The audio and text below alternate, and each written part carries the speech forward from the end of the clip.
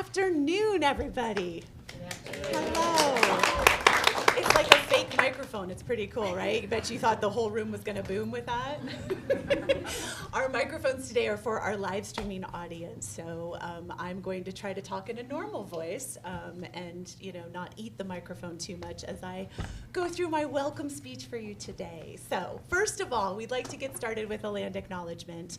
We invite our audiences and team to join us as we honor our elders for the care of the land for which we perform a land acknowledgement to recognize and respect Indigenous peoples and their traditional territories.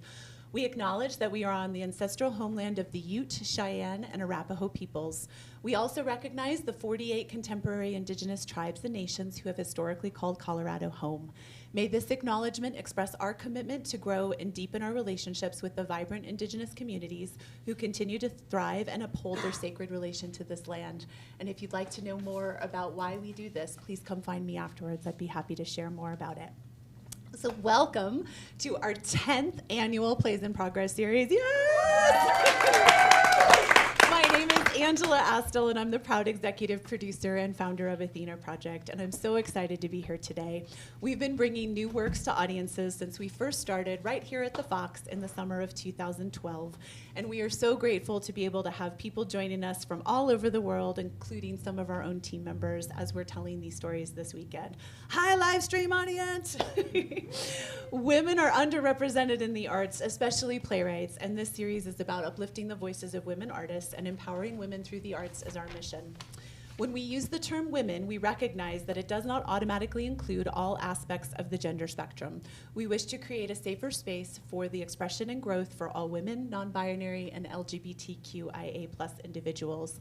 At Athena Project, we value the inherent power of the artistic voices of women, equity, diversity, and inclusion, equality in opportunities, representation, and pay, equitable access to the arts, the creative process, and the power of art to connect communities.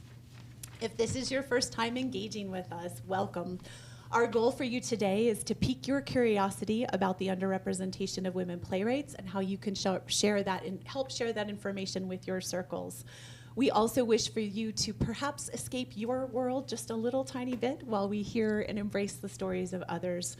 We invite you to listen intently and then visit our website, athenaprojectarts.org, for a link to a super short survey sharing your thoughts and opinions about your experience with us today.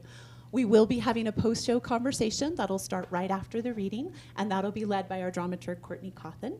And you can also leave comments. If you are on the live stream, please leave comments or questions in the chat, and I will be happy to relay to the room. As a reminder, please do turn off your cell phones. It's a really small space, so even the buzz people can hear.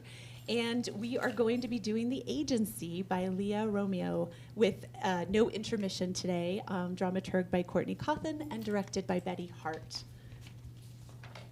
Yes, you can clap. I agree. Also a reminder, these are works in progress. For most of the playwrights, it can be the first time that they're hearing the scripts out loud or this version of the script out loud. The table reading is a super special, intimate experience into the new play development. It's a sneak peek as to what happens when a script starts the process of going from page to the stage. It's as if we are in the living room of the playwright, which is usually where these readings take place. Stage directions are read, and actors have been asked to read the script only once prior to gathering with us today so that we all can have first impressions. As I mentioned, it is a work in progress. So they are also, if they trip up a word or if there's something that we need to go back and do again, they will do that for you because they're professionals that way. We invite you again to submit your feedback on our website, athenaprojectarts.org, and remember, all constructive feedback is welcomed. And Courtney, our dramaturg, will have some specific questions for you to think about to talk about after we get through the reading today. Finally, the box office does not come close to covering the cost of putting on a production, unfortunately, and artists still need our support now more than ever. It's been a long road to recovery for theater artists especially, so please, if you are able to give an additional donation today, we would greatly appreciate it, and that can happen on our website, athenaprojectarts.org. If you also like what you see here today and you want to get further involved, if you're not already, then please come find me afterwards. There's many, many ways to contribute, even in small scale, to make the world a better place for women artists. Women are underrepresented in the arts, especially in leadership positions, and we are so proud to share these stories with you all and uplift the voices of women playwrights like Leah today. Without further ado, this is The Agency by Leah Romeo.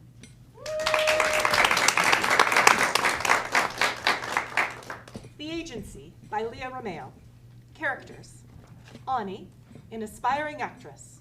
Duck, Ani's boyfriend, a music snob. Jenica, Ani's employer, a boss. Gail, Ani's client, a high school teacher. Cameo Ray, Ani's client, an international pop star. Setting: New York, capital of the world, city that never sleeps. Time: a few years from now. Scene 1. A cafe in Midtown Manhattan. It's generically pleasant, airy, plant-filled, white-walled, a little oasis away from the noise and grime of the city. Ani and Jenica sit at a table. Gail enters. Jenica breaks into a wide smile and waves at Gail enthusiastically. Gail sees them, does a double take, then tentatively approaches. Jenica stands and embraces her. Gail goes in for a kiss, and Jenica pulls back. Sorry. No problem. It's just you really look like... You look great too. It's so good to see you again. It's good to see you too. It's been a long time. Almost a year. 11 months. Yeah. I've missed you. I've missed you too. Wow, you really do look... You sound a little different though. Your voice is... What? Deeper. Is it? Yeah, that's more like, Good. Say hi to your mom, Leticia. Hi, Mom. Hi, Leticia. How have you been? Oh, okay. You look good. I missed you so much. Ani hesitates, then goes in for a hug. I'm sorry, this isn't going to work. I mean, you're great, but she isn't... I thought she was pretty close. I mean, and from what you sent me, we ran pictures through our system, and she was over 95%. No, it's not the look. She said she missed me. She tried to hug me. Leticia would probably spit in my face. Do you want me to spit in your face? I want her back. That's how she was, how she is. And I want her back. You were supposed to watch the videos. Did you not watch the videos? I'm sorry, it was really last minute. Well, what do you do when you get an audition really last minute? Do you just walk in there completely unprepared? No, of course not, but this isn't... Okay, you know what? You think this isn't an audition? We're incredibly selective. We only take 1 out of 19 people who apply. You know what? I'm going to go. Look, I'm so sorry. This is her first assignment. She was such a good face match, so I figured we'd try her, but she's clearly not ready to be. Yeah, well, I'm going to go. Gail starts to exit. Ani stands. Mom, Gail turns in. Ani spits in her face. fuck you. You turned your back on me once and now you want to do it again? I turned my back on you. You're the one who ran Okay, off. yeah, but that doesn't mean you had the right to make me feel... You want to blame this on me. You know what? Yes. You should have supported me. You should have been glad that I was pursuing my dream. What dream? To be a drug addict? No, to be a star! You never wanted to be a star. To be a star businesswoman. That's what you want. Yes. And maybe it's going to take me a while to get there, and maybe I'm going to do some things you don't approve of while I'm trying to figure it out. But I'm trying, and I think you should support that. Okay, but you didn't have to run off to San Francisco. Maybe I did. Or maybe I felt like I did. Why? We can talk about that if you want to meet again. Jenica watches them both closely. Okay. Okay. Okay. Great. Oh, that's great. We'll send over a contract and we can get you all set up. Same time next week? Scene 2. Ani and her boyfriend Duck at home. So I got a job. Babe, what's the play? It's not a play. Commercial? No. Web series? No. TV series? No. Feature film. No, it's with an agency. Oh, it's a temp job. I'm hoping it'll be long term. Sorry, that's great. It's just I thought you meant an acting job. It's acting. It's acting adjacent. You mean a rental agency? Yeah? Babe, It's really good money. okay, but I mean, isn't that kind of like being an escort? No. They have really strict rules. Nothing but hugging. You're not even supposed to go to a client's house. But like an emotional escort. Like you have to pretend to love these people. I pretend to love people on stage. But that's different. Why? That's art. These are socially awkward people who have to pay for human connection. No, I thought that too.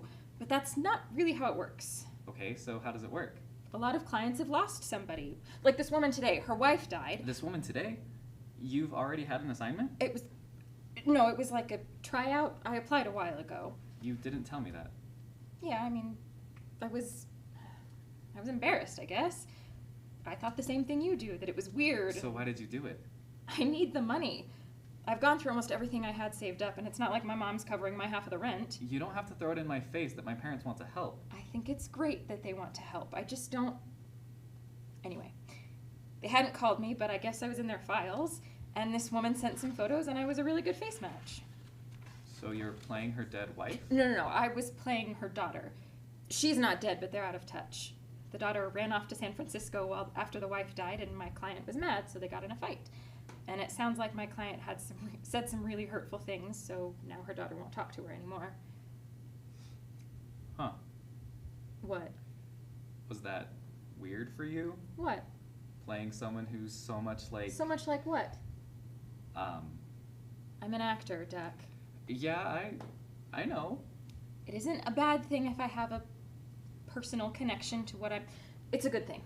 It means I'm able to really... Yeah, okay. Anyway, so it was actually really cool.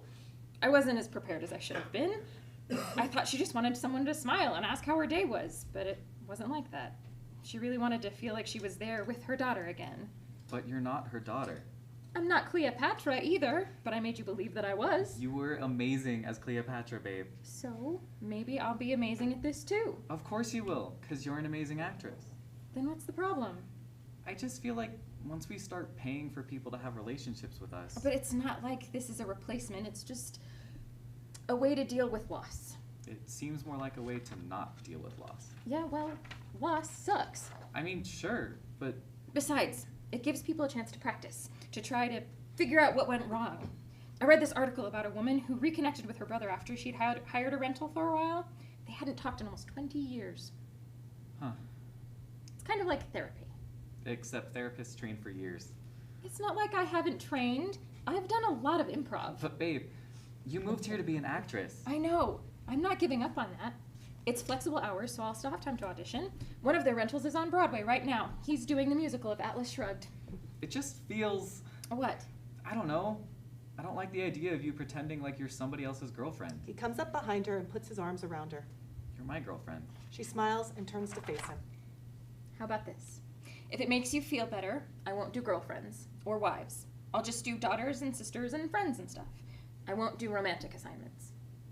Scene 3. Ani and Jenica in the agency office. Ani is signing paperwork. And you know most of the work's going to be romantic assignments. Oh, yeah, I don't want to do those. What? My boyfriend, he's not super comfortable with me. Yeah, no, that's not going to work. But it says right here we can choose. We have a right to turn down anything that we don't. Sure, but I'm going to hire you on. I need to know you're not just going to reject an entire category. Well, there's plenty of other work I can do, isn't there? For someone your age, not really. We get a lot of calls from mothers, but you're too young for that.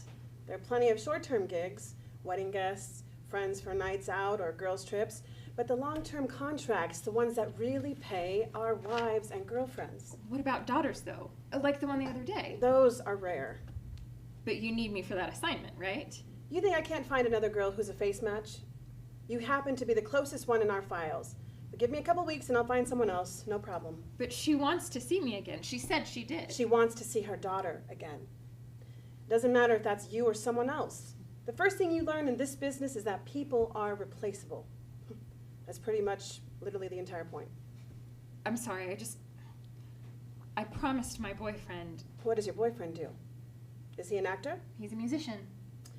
Let me guess, your high school sweethearts, the two artsiest kids in your class, grew up together in some cowshit town in Indiana, Ohio. dated all through college, then moved out here, wanting to make it big and buy a brownstone and raise some little bohemian babies. Am I right? So let me tell you something else I'm right about. You and your boyfriend, it's not going to last. Why do you think that? If you don't take the job because he doesn't like it, you're going to resent him and you're going to break up eventually. If you do take the job, even though he doesn't like it, he's going to resent you and you're going to break up eventually. So, if you're going to break up either way, you might as well take the job and make some money.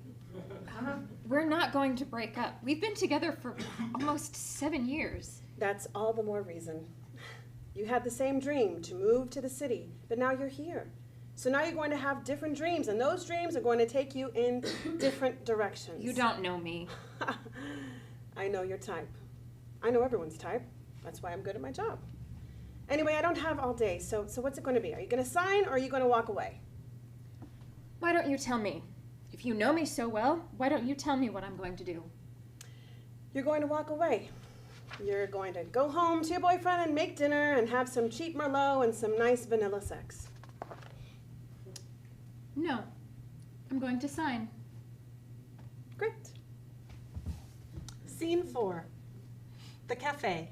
Ani sits at the table. Jenica enters wearing a white dress and holding a bouquet. Sorry I'm late. I'm coming from a wedding. Were you the bride? Yeah. The groom's gay, but he doesn't want to tell his elderly mother, so we did a little thing at City Hall. It was sweet. She takes off the dress. Under it, she's wearing a skirt and tank top. Throughout the following, she finds a cardigan in her bag, pins up her hair, exchanges her heels for flats. Gail sent in a 3-month contract. She wants to do weekly visits. She signed up for the basic package, so each visit is up to an hour. It might be shorter, but if it goes any longer, we make up a reason we have to go. Okay. So your per visit rate is going to be $500. $500? Is that a problem? That's the opposite of a problem. Good. She might want to see you alone sometimes. I'm sure you figured this out, but yours is the complicated part here. I'm dead. It's sad, but it's not like she and I have a lot of unresolved shit. Yeah. So she might want to spend some extra time with you, which is fine, but she has to set it up through the office, and you only meet her in public places. I like it here because the owners know me, so whatever I order ends up on our tab, and then we can bill it out. But some people like to go shopping or go for bike rides or for walks. Bars are okay, but no more than 2 drinks while you're working. Sure. You don't pay for anything. She buys whatever you eat or drink, and she covers transportation, so take an Uber. Oh, really? I've never actually taken an Uber. I don't even have the app. You're kidding. I didn't want to be tempted if I was drunk or out late or something. What, you've never been broke? I've been doing this for a long time. Is she... What? I mean, she's a high school teacher. She's probably not rich, right? She might have had wealthy parents, or the wife might have left her some life insurance. Yeah, I guess. But this is a lot of money. We're giving her the chance to spend time with her family again. You can't put a price on that. Yeah, no, it just What? seems... Ani says nothing. They sip coffee in silence. I once climbed onto the subway tracks to get a bag of groceries. What? You asked if I'd ever been broke. I was doing a show in this basement theater in Harlem, and there was a cheap bodega nearby. So I stopped there sometimes to pick up some things on my way home. And I was waiting for the train one night, and the handle of my bag ripped, and the bag fell down onto the tracks.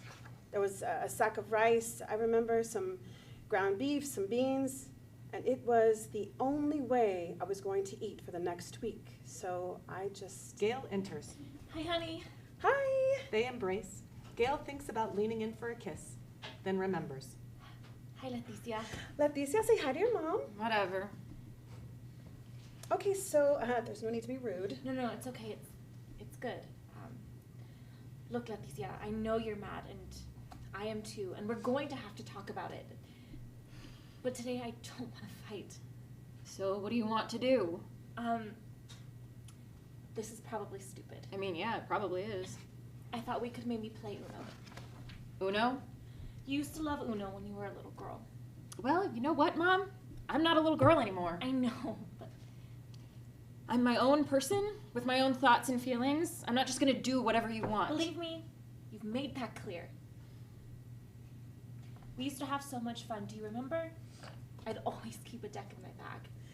We played on that trip to Hawaii, right? The entire way there on the plane. Leticia was like, what, 6?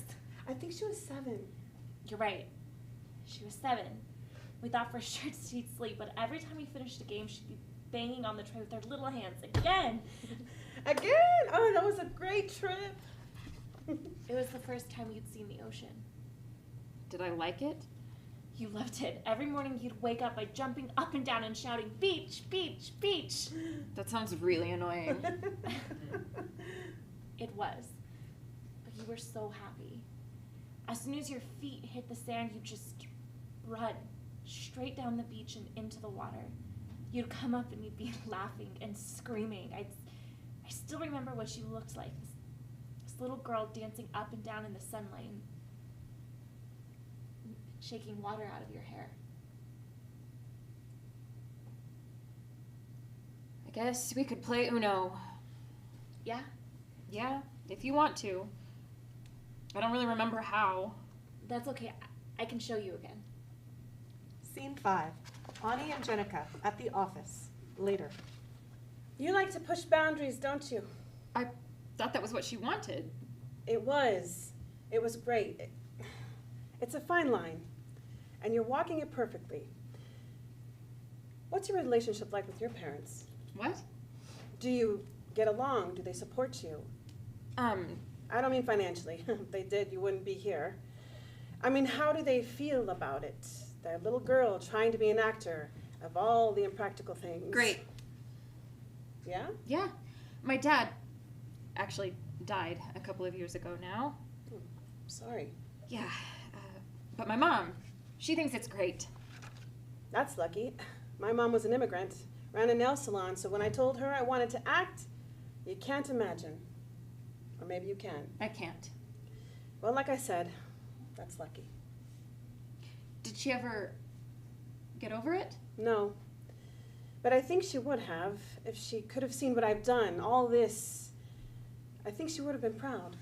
Oh, is she... Emphysema.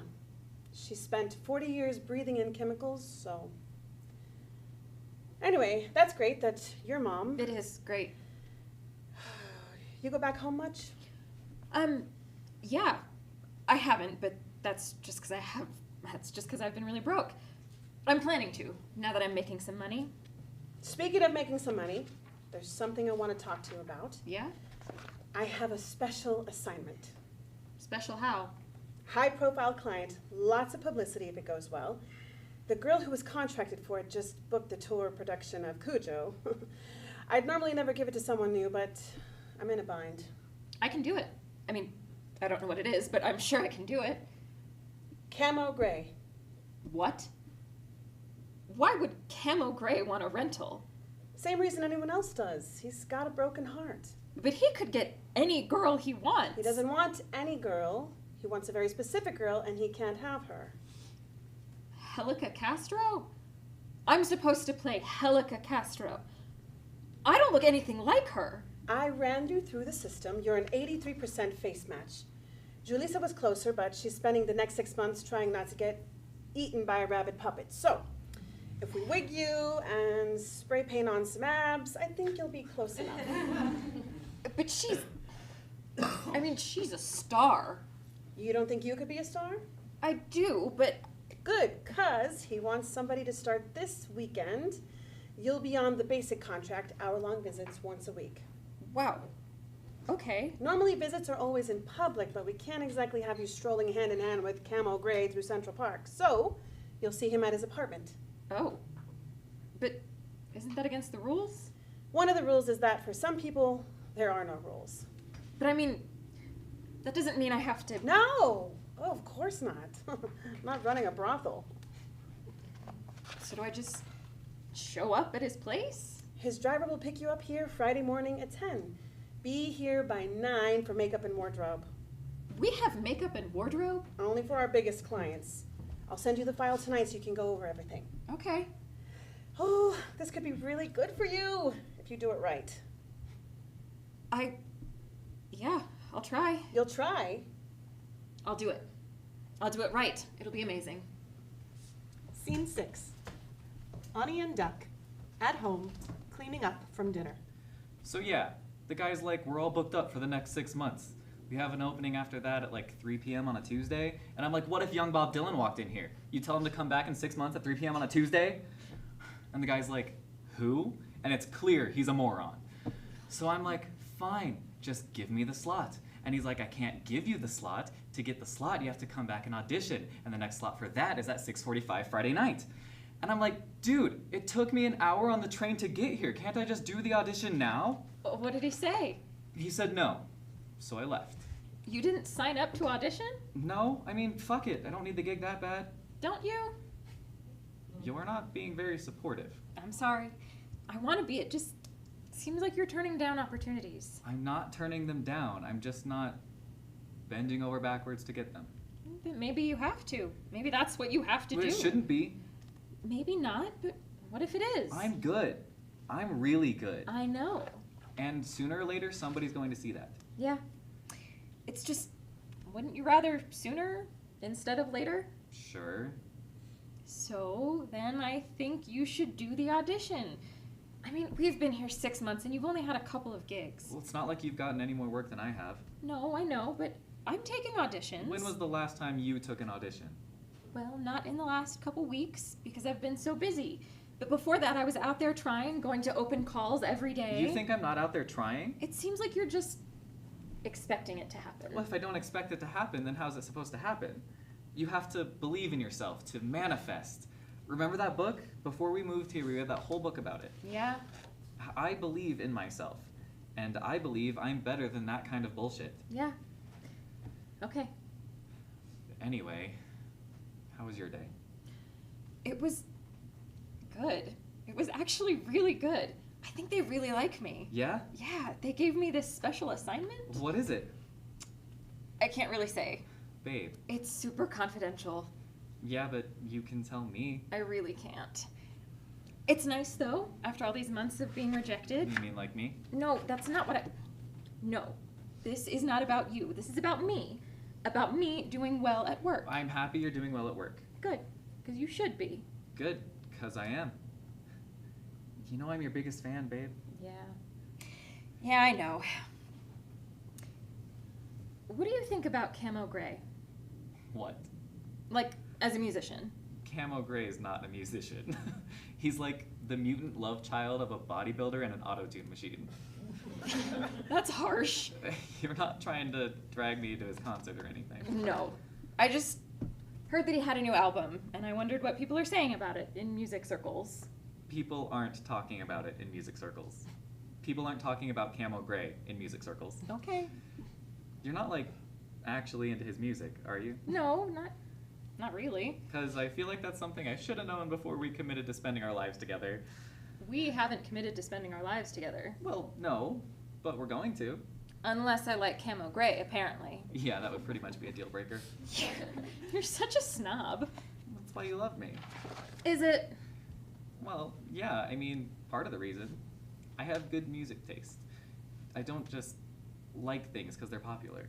But do you hate them because they're popular? Because I'm not sure that's actually better. I hate them because they're terrible. Camo Gray is objectively terrible. What's so terrible about him? Everything. No, really, explain it to me.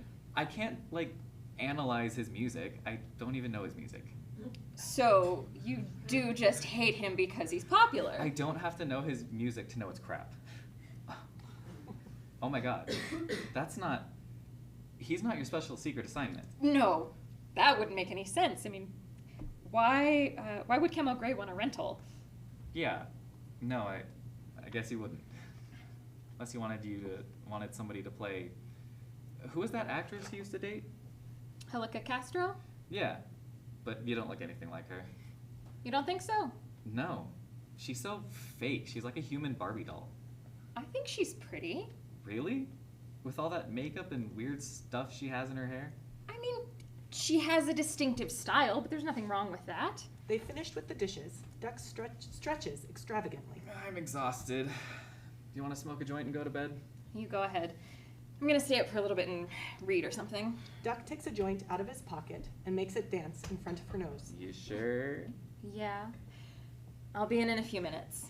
Duck goes into the bedroom. Ani takes out a tablet and types. A video of Helica Castro begins to play. Ani imitates her facial expressions, pauses the video, rewinds it, does it again. Scene 7. Camo Gray's apartment. Camo is lounging. A knock on the door, and Ani enters.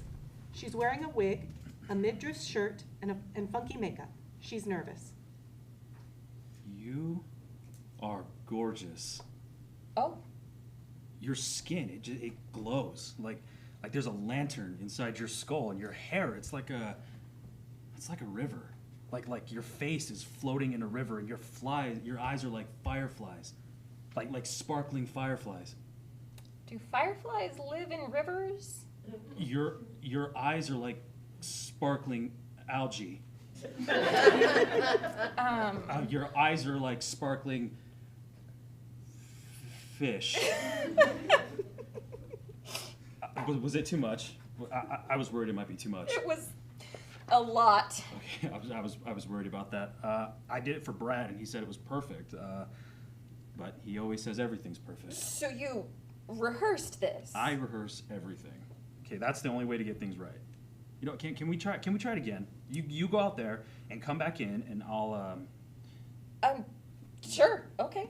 Ani goes back out, then re-enters. You are gorgeous. That's a good way to start, right? If it's not, you could tell me. I mean, lots of people are gorgeous, right? Most of them aren't as gorgeous as me, but it's not unique. Okay. So maybe you want to focus on what's unique about me, or about our relationship. Yeah, that's good. That's good. Go out again. Ani does. After a moment, she re-enters. You're the only woman in the world that I've ever loved. Oh, wow. Okay. Why? What do you mean, why? Well, what is it about me? Your skin, it glows like there's a lantern inside your... I don't mean physical stuff. Like, what is it about my personality? Let me think. What kinds of stuff did we used to talk about? I don't know. We were both so busy. We didn't have much time to talk. So what did we do? We did a lot of red carpets. We were great on red carpets. We knew just how to pose together, how to turn our bodies so neither of us got that weird thing where your arm looks huge. Okay. And we had a lot of sex. Like, really great sex. What else? We played mini golf one time. Yeah, that was fun. I guess I just felt like you really understood me. But what did I do that made you feel like that? You nodded a lot. And whenever I said stuff, you'd usually be like, yeah, I get that. Do you think you really knew me very well? Your favorite color was pink. Your favorite animal is the kookaburra. You have 3 kookaburras, 2 teacup pigs, and a miniature pony and a hairless cat. And my favorite candy is Sour Patch Kids, and my favorite singer is Camo Gray. And your favorite book is The Secret, and your favorite thing to do on the weekends is cocaine. Okay. So you read my Us Weekly profile, but I'm talking about knowing my mind, the kinds of things I think about. Well, what kind of things do you think about? Well, I think a lot about acting. Okay. Like, whenever I have a part or an audition, not that I usually have to audition, but I'll go through my lines and think about each of them. Not just the words, but what I'm using the words to do. And then I'm always looking at people when I'm waiting for the subway or, taking my private jet. And sometimes I borrow things. Like this one time, I played Ophelia, and there was this homeless woman who always sat on a bench in my town, and her hand would shake whenever somebody gave her money.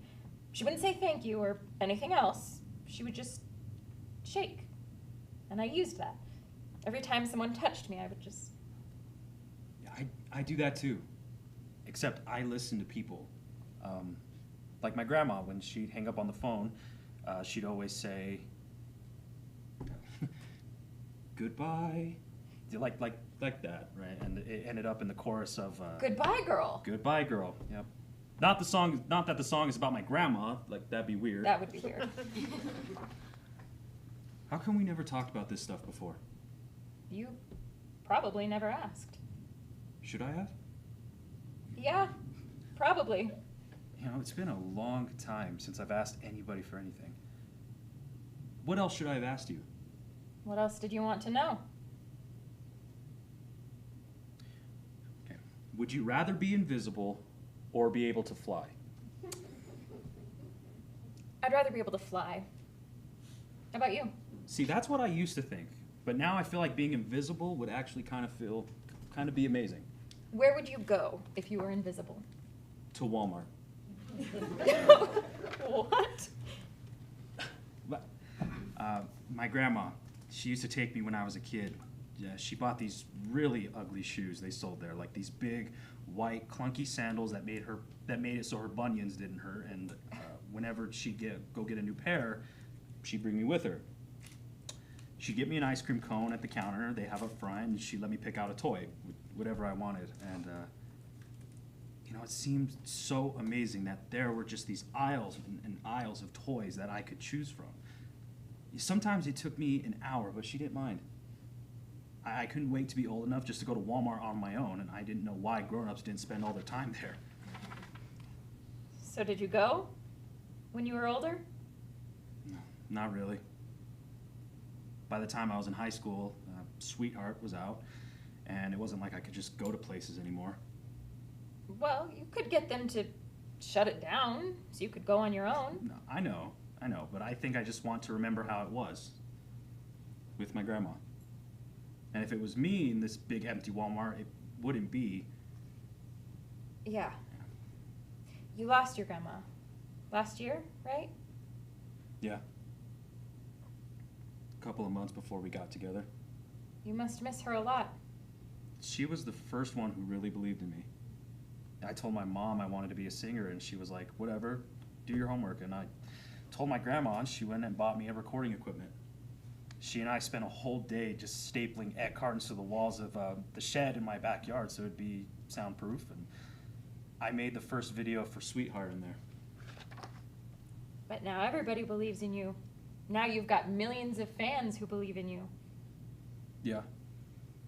Yeah, that's true. Where would you go if you could fly? I don't know if I'd really go anywhere. I mean, before I lived in New York, I would have gone here, but now I think I'd just fly around over the city. That's good. That means you're right where you want to be. I'm right where I want to be. I just want to be higher. I like you. When do I see you again?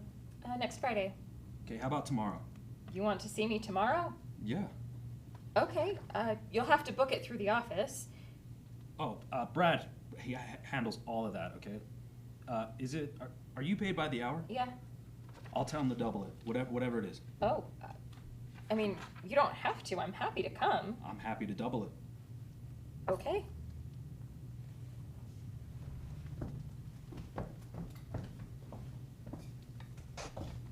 Scene 8. Ani and Duck. Fucking. Yeah. Yeah. No. Sorry. Duck rolls off her. Sorry, it's not you. I'm just a little distracted. Ouch. No, I don't mean, it isn't your fault. It sounds like it's my fault. No, it really isn't. Because, like, on the list of things that are supposed to be pretty engaging, I don't know if it's number one, but it's definitely up there. Compared to, like, vacuuming or brushing your teeth or eating bananas. I mean, I really like bananas. I kind of thought you really liked sex. I do. You know I do. I'm having a crazy week. At work? Yeah. So tell me about it. I can't. Is this your special secret assignment? Maybe. You already told me about that lady, the one where you play her daughter. I know, but that was before I signed. Jenica's super intense about keeping things confidential. Okay, so you have this weird-ass job that you can't even talk to your boyfriend about. It isn't a weird-ass job. Babe, Okay, it is. Whatever. I just don't know how I'm supposed to support you if we can't even talk about what you do. Communication is like our thing. Well, maybe something else can be our thing for a little while. Like what? Because apparently sex is off the table. Maybe, like, just not talking. You want our thing to be not talking? I'm sorry. I'm just exhausted. I spend all day trying to be what all these people need, and then I come home and I want to not be what anyone needs for a while. Well, you're definitely not what I need right now. But I want that to be okay. That's not fair. You're supposed to support me. That's what we do for each other. I know, but I feel like this job's taking over your life, babe. You're working all the time. You're not taking auditions. I mean, you moved to New York to be an actor. I'm being an actor. Are you? I'm living truthfully under imaginary circumstances, and I'm making a difference for people. I just don't want to see you give up on your dream. I'm not giving up on my dream. My dream's evolving. Look, I'm really exhausted, and I have to be up early tomorrow. Why do you have to be up early tomorrow? Are you working? Yeah, I got a last-minute assignment. But we were supposed to hang out. We hang out every day. Not anymore. We've hardly hung out all week. That's why it was supposed to be our day tomorrow. We were supposed to go look for a couch at the Salvation Army. I don't know if I even want a couch from the Salvation Army. I do. Well then, maybe you should go look for one. What if I pick out a couch you hate? What if it's like that vintage plaid blazer I bought in high school? Can you imagine sitting, if you had to sit on that blazer every day for the rest of your life? Okay, I'm not going to live in this apartment for the rest of my life. You might. You never know. I actually do. There's no way I'm letting that happen. I didn't realize you had such a problem with our place. I don't have a problem. It's fine. It's just old. We like old. You like old. And I try to pretend I like old because it's all I've ever been able to afford. But I'm making more money now, and I might start wanting some nicer things. You want to get a new apartment? No. I mean, maybe. What about a new boyfriend? You want a shiny new boyfriend too? No, you're overreacting. So, you want me to go buy a couch by myself? I mean, sure, if you want to. How am I supposed to get it home by myself on the subway? I don't know, Duck, okay? All I know is I really need to go to bed right now. Yeah. Okay. Fine. He gets out of bed and begins dressing. Are you staying up? I'm going out. Steve texted me to see if I wanted to go to the jam with him in Hayworth. And I said I'd rather spend some quality time with my girlfriend, but that's clearly not happening, so Okay. I'll probably just crash at Steve's, since he's in Manhattan. Okay. Duck puts on a leather jacket. Have fun. I will. He exits. Ani looks after him for a moment, then stretches out across the bed and shuts her eyes. Scene 9. Ani and Camo. He reads from a list on his phone.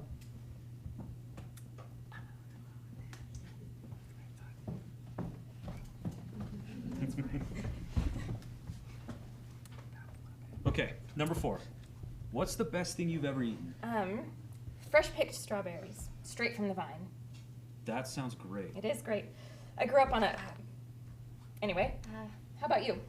The spaghetti and meatball from Swift's. Okay, the sauce is so spicy. You know, it's better than sex. Well, not good sex, but it's better than bad sex for sure. Have you been? To Swift's? Yeah, we actually went together. You were wearing an orange hoodie and I was wearing a silver dress.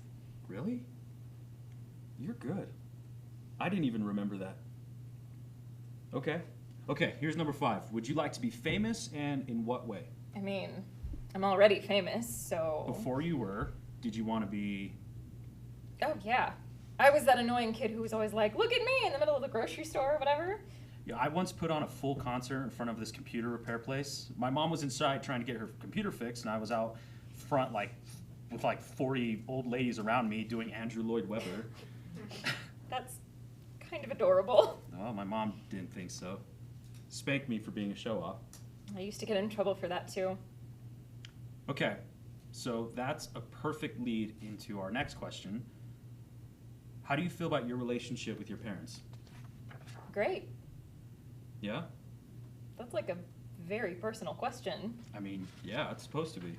How did you find these questions again? It's an old list from the New York Times. 36 questions to fall in love with anyone. So if you start out as strangers, if you go through this list. You're supposed to end up falling in love? Yeah. Because, like, you tell each other all this personal stuff, and then. Yeah, that makes sense, I guess. So I figured we could try them out and see how they work, you know, and then maybe I could try them with you, the real you, later on. Okay. So, how do you feel about your relationship with your parents? I mean, my actual parents are kind of crappy, right? My dad's never been in the picture, and my mom, well, she never wanted. Look, she had me when she was 17, which I'm sure that was really tough, but I always felt like she mostly just wanted me to be quiet. But then my grandma was super amazing, and Brad's like my surrogate dad now, except I pay him a bunch of money, so, you know, that's cool. Anyway, number 7. Do you have a secret hunch about the way you will die? Yeah. I've always been secretly scared of getting pecked to death by seagulls. You're kidding. I'm scared of seagulls too. I think they're creepy. They're super creepy. They're beady little eyes. Yeah, and their weird feet and that like that little hook they have on the end of their beaks, like they want to. Ugh! We went to Maine when I was a kid, and this seagull flew down and tried to take my ice cream, only I wouldn't let him, so he took a big chunk of my finger. I still have the scar right here. Ever since then, I've been so freaked out, I won't even go to the beach. Yeah, that's too bad. I was about to ask you to come with me next month to Aruba. I'm serious. I'm doing a private concert down there, some rich kid's birthday party. We could make it a little vacation. It'd be fun. You mean me, not me, right? No, I mean you. Not you, Helica. You. Sorry, I don't. Yeah, you're not supposed to. I'll tell you mine if you tell me yours. What do you mean? Well, it's not camo gray. What? Yeah, no, it's actually a really big secret. Brad paid one of those search engine firms to scrub it from the internet. Why? It's bad. Like, it's really bad. Whatever you tell me is totally confidential. Really? Yeah, it's in the contract. Let me guess. Brad read the contract. Well, I mean, yeah, he did, but... My lips are officially sealed.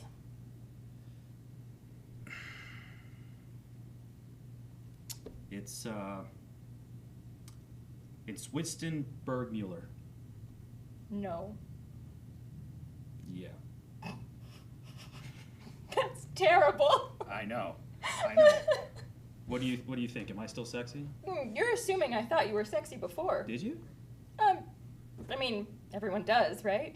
Okay, well, there's literally a website called camograyisnotsexy.com.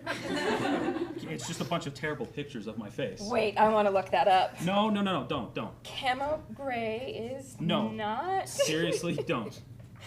They wrestle her phone. He succeeds in grabbing it away. It's your turn. I'm really not supposed to tell you. Neither was I. If you tell me, I'll give you your phone back. I'm Ani Fletcher. Ani Fletcher. I like that. She holds out her hand for her phone, and he hands it over. So how would Ani Fletcher feel about taking a trip to Aruba with Winston Bergmuller in a few weeks? Ani Fletcher has a boyfriend. Oh. Wow. Cool. Yeah, it's pretty serious. Well, how long have you been together? 7 years. Whoa. Okay, he doesn't mind that you... Why would he mind? I mean, it's acting. Yeah. We really probably shouldn't. We can do this however you want, but I think it works better when I stay in character, you know? Okay. Okay, so, What back kind to... of stuff do you guys do together? Who? You and your boyfriend. That's not... I know, but I think this will help.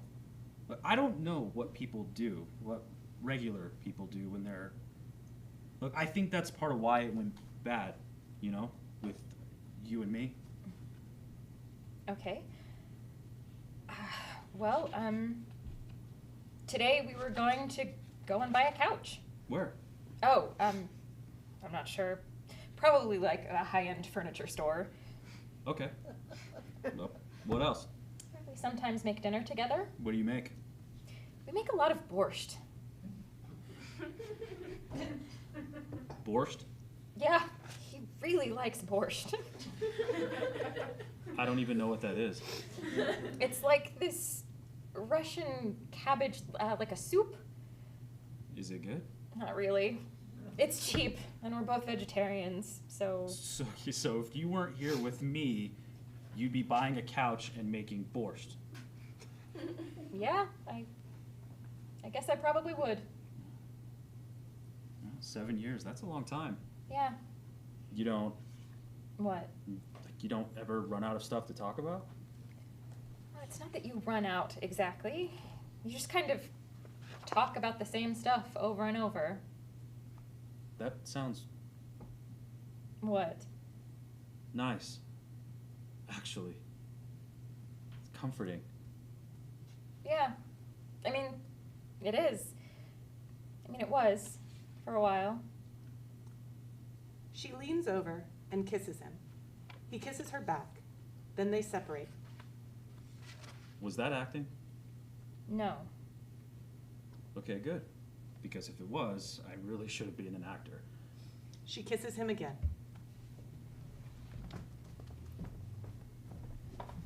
Scene 11. Ani and Duck at home. Did he touch your boobs? Duck. Was it over the shirt or under? Duck. Oh God, it was under. I know it was under. Duck, come on, this wasn't a big deal. Who was it? I told you, somebody I work with. You don't know him. What's his name? Winston. Winston what? Winston Bergmuller. You're cheating on me with someone named Winston Bergmuller? I'm not cheating on you. We kissed, that's all. Duck is on his phone. How do you spell Bergmuller? You're not going to find him online. What? He changed his name. He's not... So what's his name now? I can't tell you. Why not? I've told you a million times I have to keep work stuff confidential. Oh my God. You kissed Camo Gray? How did you... Winston Bergmuller is Camo Gray. It's all over the internet. He told me they scrubbed it. You can't scrub something from the internet. I thought that seemed weird. Why did you do that? Camo Gray sucks. He's actually really What? sweet. Duck punches a pillow. Look, I didn't think you would be so... I mean, we've talked about maybe being poly at some point. Sure. In a respectful and mutually agreed upon way, which doesn't involve a multi-platinum recording artist. Is that why you're mad because it was him? Of course I'm mad because it was him. But I think if it hadn't been him, then it would have been somebody else. So what, you've just been waiting for an excuse to... No, of course not. It just... We've never not been together. When we were kids, we weren't together. We've never been with anyone else. I dated Jolie Masterson in 7th grade for 3 weeks. And you gave Benjo Zemansky a handjob at that freshman year party. Oh God, I forgot about that. So there you go. You've been with somebody else. You don't have to go and do it again. He wants me to go to Aruba next month. You don't want to go to Aruba? You hate the beach. Maybe I don't. Maybe I've always just been scared. Ani, babe, we know each other. We have a history. We have an irreplaceable bond. You don't want to throw that all away. I mean, do you? Do you? Ani says nothing. Duck takes down a suitcase and starts to pack. Duck, you don't have to... I'm going to stay at Steve's. Okay, I'm taking the vintage concert posters. okay, Even the Joni Mitchell. okay. You're just going to let me do it? I don't really feel like I'm in a position to make demands right now. But you love Joni Mitchell. You love Joni Mitchell. That's actually not the same thing. I'm sure you can afford to pay the rent now on your own. Especially now that you're fucking a superstar. I can afford to pay the rent because I work, unlike you. I work on my art every day. Do you? Because you seem to spend a lot of time smoking weed and complaining about how the world hasn't figured out that you're a genius. Duck tries to slam the suitcase shut, but the posters are too big. He tries again and again. Don't. You'll break it. You think I give a shit? You've already broke everything. Duck throws on his leather jacket and exits, leaving the suitcase behind him. Scene 12. Ani, Gail, and Jenica playing cards. 7. Yellow. Oh, Uno! No! Bam! I was so close. Suck my dick. Athena. You want to go again? Sure, if you... Honey, are you okay? Yeah, I'm fine. You want to play again, or... Sure, if you want to. You don't sound like you really... Is something on your mind? Oh no, it's nothing. You can tell us. That's what this is for. Yeah, Mom. Ani reaches out a hand and lays it on Gail's arm. Gail smiles at her, then looks away. We've been getting along so well, I don't... You don't what?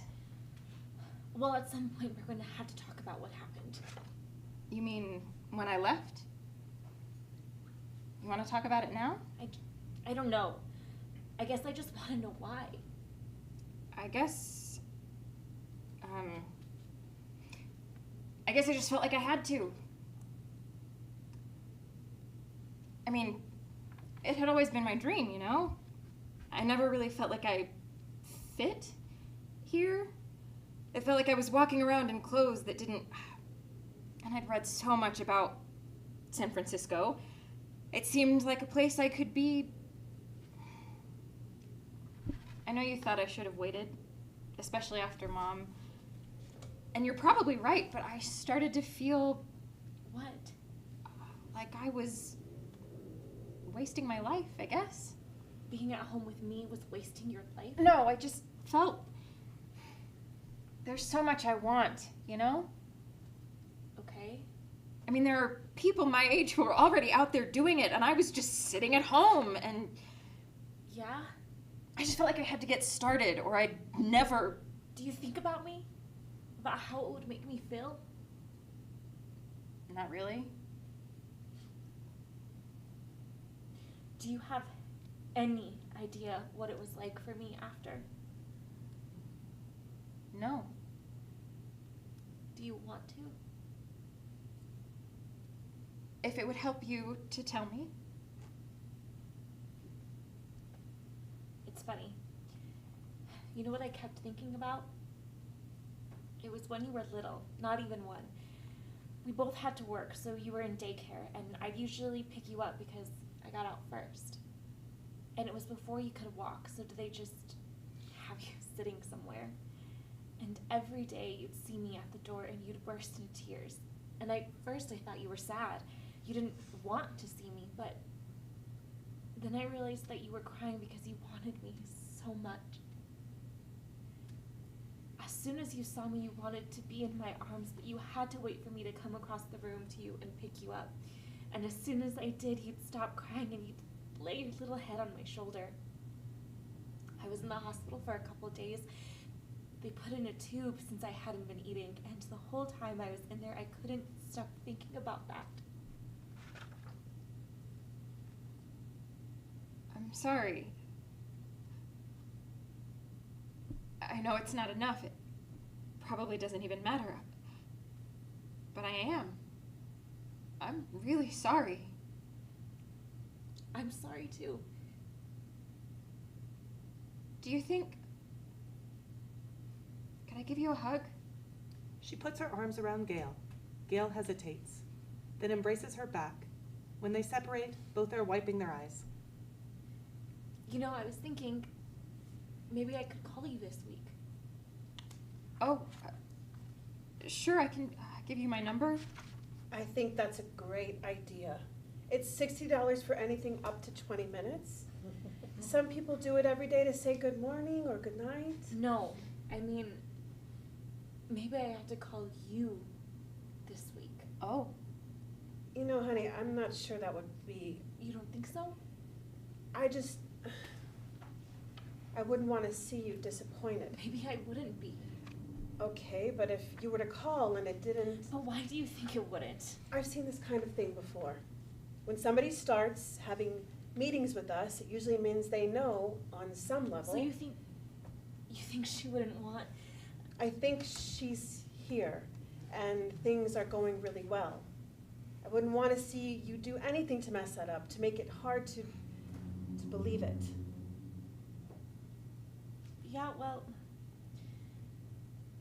you're probably. Yeah, you're probably right. You want to play again, Mom? No, I don't think so. You want another coffee or some cake? I'd share a piece. No, I'm all right. What do you want to... You want to talk some more? We're actually out of time, but we can keep going if you want to sign up for some extra. No, that's okay. I mean, I'd like to, but they cut the after-school program, so I'm not making much this semester. You know, we do have a special promotion running right now. For every hour-long visit, you get an extra 15 minutes, but you have to sign a 6-month contract. I don't know if that might be an option. I don't know. I do have a little money in a retirement account. It would take me a couple of days, but I could get some out and... Great. I can bring the paperwork next time and we can get that all set up. It's actually really nice when people can book that far ahead because then we don't have to think about business stuff for a while. We can just focus on these beautiful relationships that we're building. Yeah, that sounds good. She gets up to go. Bye, Mom. She hesitates. Then, I love you. I love you too, sweetheart.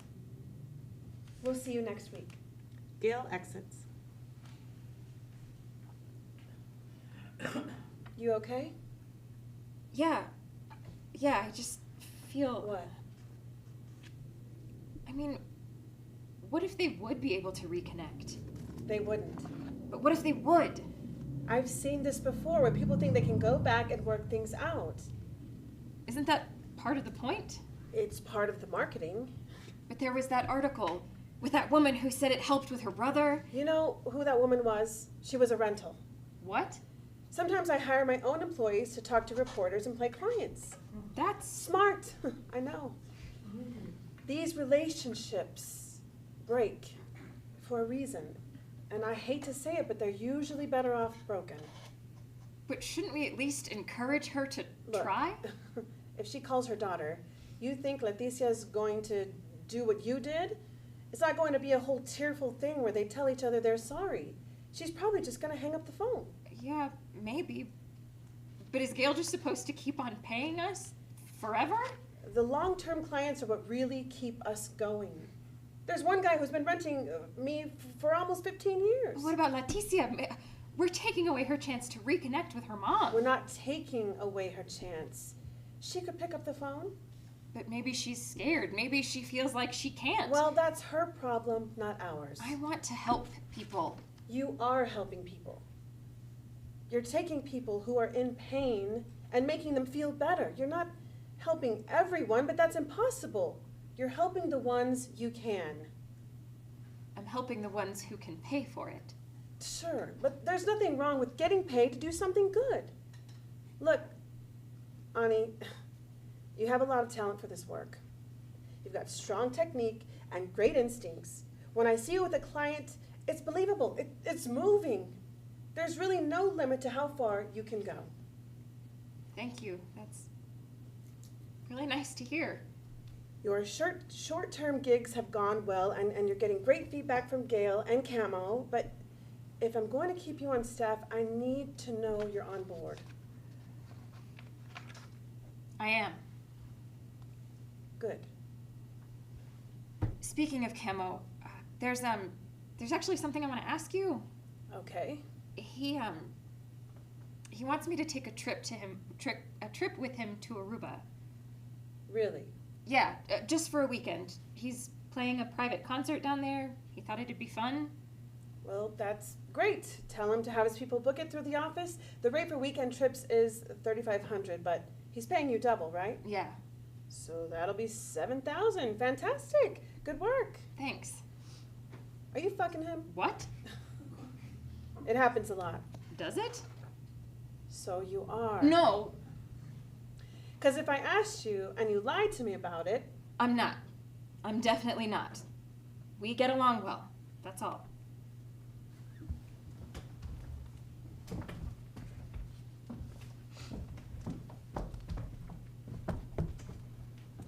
Scene 13. Ani and Camo fucking. Yeah. Yeah. Yeah. Yeah. Yeah. Oh. Oh my god. Oh. Wow. Right? Oh. They lie in silence for a moment. He plays with her hair. I didn't even know it could be like that. Did you? I mean, What? Are you out there having incredible sex all over town? Are you? well, I guess that depends on what you mean by all over town. Did you think we weren't? I don't know. I know we hadn't talked about it, but we went to Aruba last weekend. I know, and it was amazing. I just kind of thought that meant... I'm sorry. I'm sorry if you misunderstood. I spent a lot of money on that trip. I bought like 6 new swimsuits. I know, and they all looked great. And dresses and makeup. I spent money I should have been saving. You looked amazing all weekend. How many other girls have you... Well, since when? Since we started...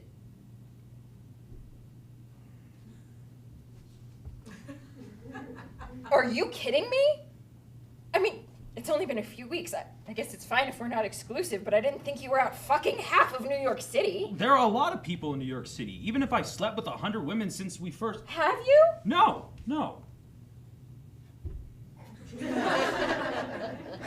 I can't believe this. Ani, come on.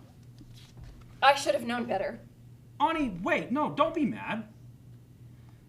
Look, can I share something with you? Helica was the first person I'd ever been with before. Really? Yeah.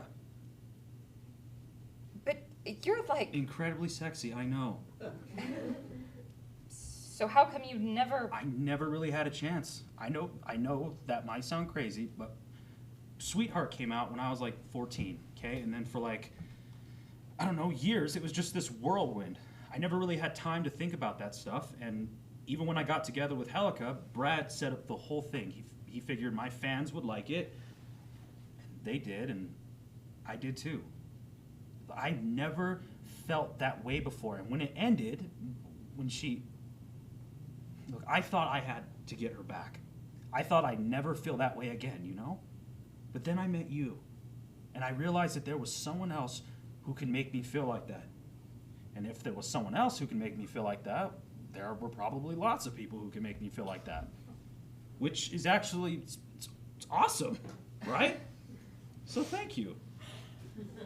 I broke up with my boyfriend. You said that wasn't because of me. It wasn't, but I felt like we had something. We do have something. But I mean something special. We do have something special. I mean something special you didn't have with someone else.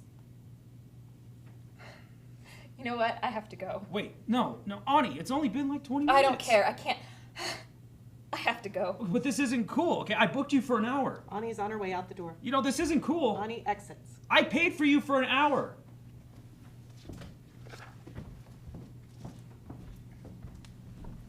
Scene 14.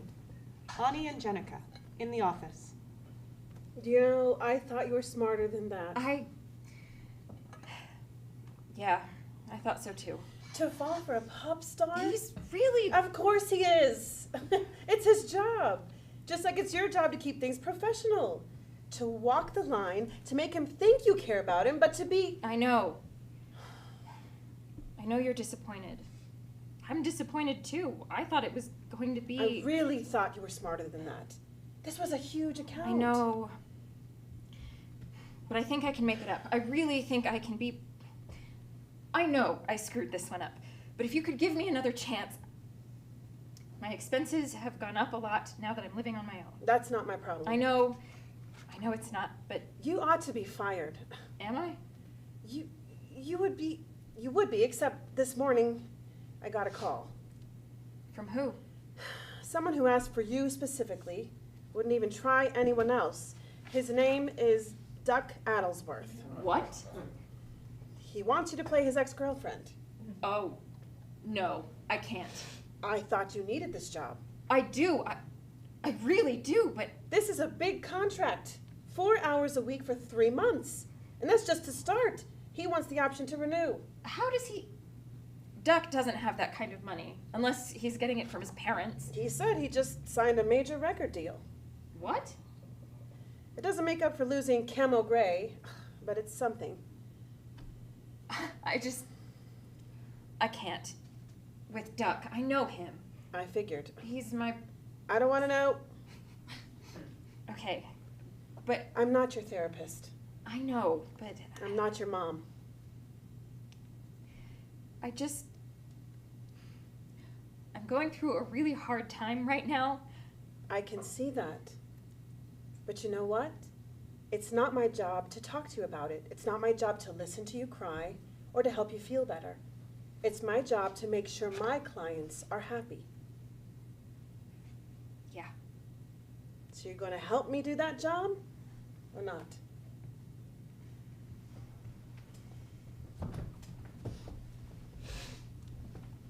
Scene 15.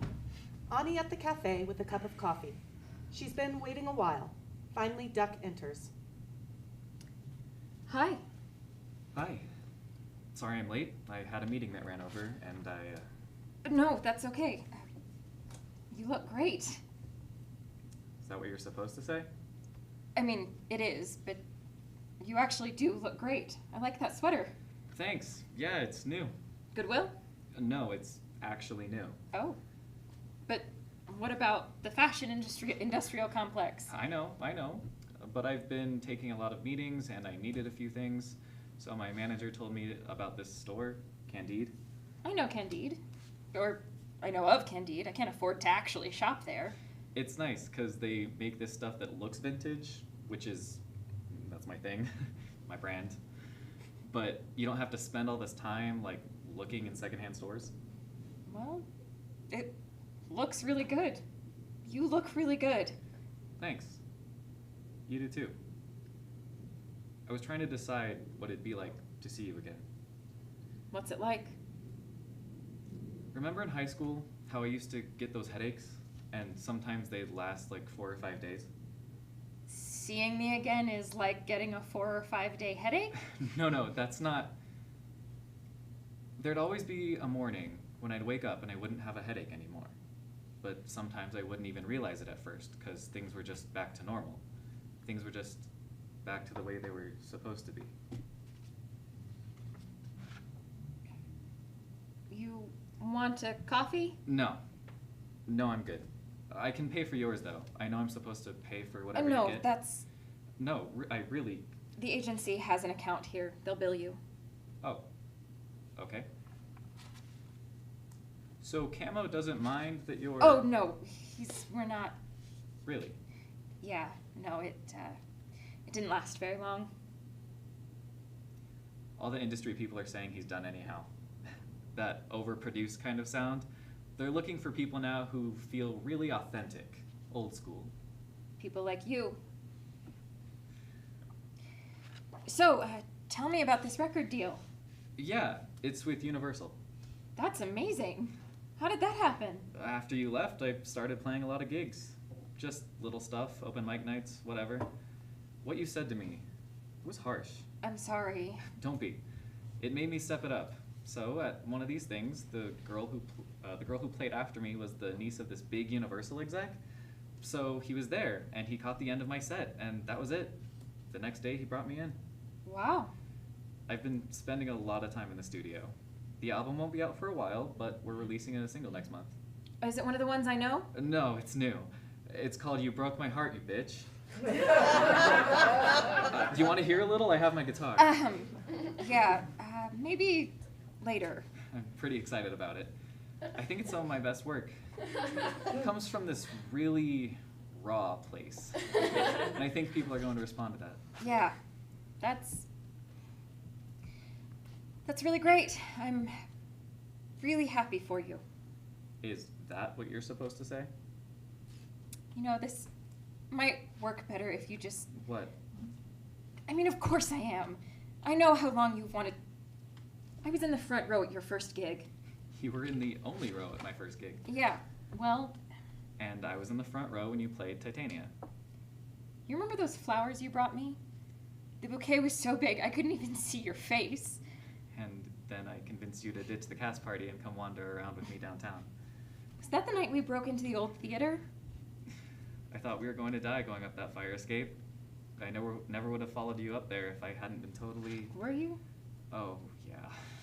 Because that was before we were even... I know. But when I saw you perform, that was it. I was smitten. You were the prettiest, most talented girl I'd ever seen.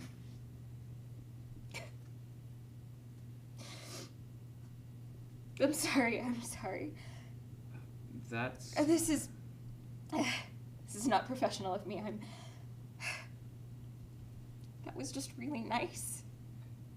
And no one said anything really nice to me in a while. And now I'm thinking about that night, sitting with you on that dark stage and feeling like the world was just all going to be ours. I knew it. We were going to be successful, and we were going to be together, and... Yeah. I miss being the girl who felt like that.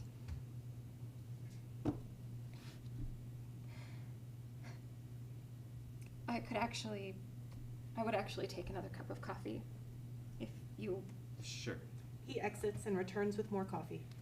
Splash of cream and half a packet of turbinado sugar. Thanks.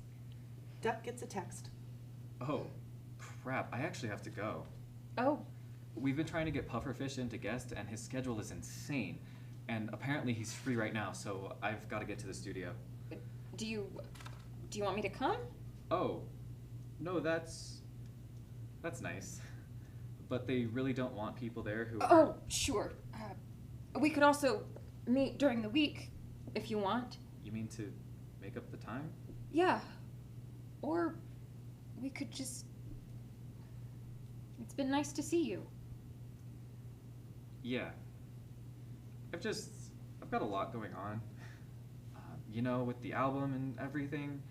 And then I'm going to be on tour, and there's going to be girls. I'm not really in a place to do a thing right now. So what is... I mean, I thought that's why you wanted... You thought I wanted to get you back? Oh, I didn't think it was a good idea, but now that we're actually talking, I mean, nobody's ever gonna know me like you. Not really. Nobody's going to remember that girl sitting on stage in a broken down theater, feeling like everything she wanted was hers for the taking. And if nobody knows her, then she's gone. That feeling is gone, and I can't. I mean, I still want to see you. Once a week. We can talk about old times and stuff if you want to. Although, if you could hold off on the crying, that'd be... Sorry if that sounds... I'm paying a lot for this time, and it's not like it's my job to make you feel better anymore. Why did you hire me? Well, I missed you. And I guess I wanted to show you that I mean, this is the version of me that you wanted, right? Working hard, making money, buying into this whole thing. And at first, when the deal happened, I couldn't wait to tell you. I almost called you that first night, but then Steve came home and he wanted to take me out. And we got drunk with these girls at the Vienna. And then I almost called you the next day, and but I had a bunch of meetings, and then I went out with the guys from the label and the girls from the night before. And the day after, I had a photo shoot, and then Steve and I went to Miami, and pretty soon a week had gone by, and I didn't really want to call you that much anymore. The thing is, it turns out the version of me you wanted isn't the version that wants you. This version of me wants cashmere sweaters with holes in all the right places. This version of me wants top shelf weed delivered straight to my penthouse hotel room. It turns out those things are nice. But you knew that, right? I mean, that's why you decided to leave. That's not. This version of me wants what I want when I want it. Different girls every night, gorgeous girls, doing things that you'd never. And yeah, this version of me wants to see you. But he wants you to go away afterwards. I don't want to do this. Not like that. Well, too bad, because you're under contract. And I'm pretty sure I'm the only thing keeping you from getting kicked out of that shitty little apartment right now. Anyway, I've got to go. Pufferfish isn't the kind of person you want to keep waiting. See you next Saturday. Duck exits. Scene 16. Ani, alone in her apartment. She picks up the phone, puts it down again. Picks it up again, puts it down again. Picks it up again, dials. Offstage voice. Hello? Hi, Mom. It's me. It's Ani. A sharp intake of breath on the other end of the line. I'm having a really hard time. Duck and I, we broke up. And I haven't been getting cast. And I got this job, this crazy... I've been working for a rental agency. I don't know if you know what that is. You probably think it's like being an escort, but it's not. It's... I don't know. At first, I thought it was good. I thought I could help people, make people feel better, but now I'm starting to feel... I mean, if everything can be replaced, if everyone can be replaced, then why... Then we don't try to fix anything. We just throw it away because we can order a new one, right? We can order a new one and it'll be there in a day or two and it's so easy. We've got so many things, but all the things are made of plastic and now the whole ocean's full of plastic we've used. And animals are eating the plastic and they're still hungry. They're starving, even though their guts are full of bags and straws and soda bottles. And if that's what happens when plastic gets thrown away, then what about people? When people get thrown away, what happens then? Anyway, I want to tell you, I'm sorry. I don't think I should have left the way I did. You needed me after Dad, and I wasn't. And I miss you. And I guess I just want to tell you, I want you to tell me it's going to be okay. I know you're angry, but I really just want you to tell me it's going to be okay. A moment of breathing, and then the line goes dead. Mom? Are you there? Mom? Ani stares at the phone for a moment, then slowly lowers it. She stands there stunned, looking out into the darkness, then picks it back up and dials another number. Scene 17. The cafe. Jenica sits at the table waiting. Her hair is combed differently than before. Ani enters. Jenica stands, smiles, extends her arms. Hi, sweetheart. Hi, Mom. It's okay. Don't worry. It's gonna be fine. Don't worry, sweetheart. Everything's going to be fine.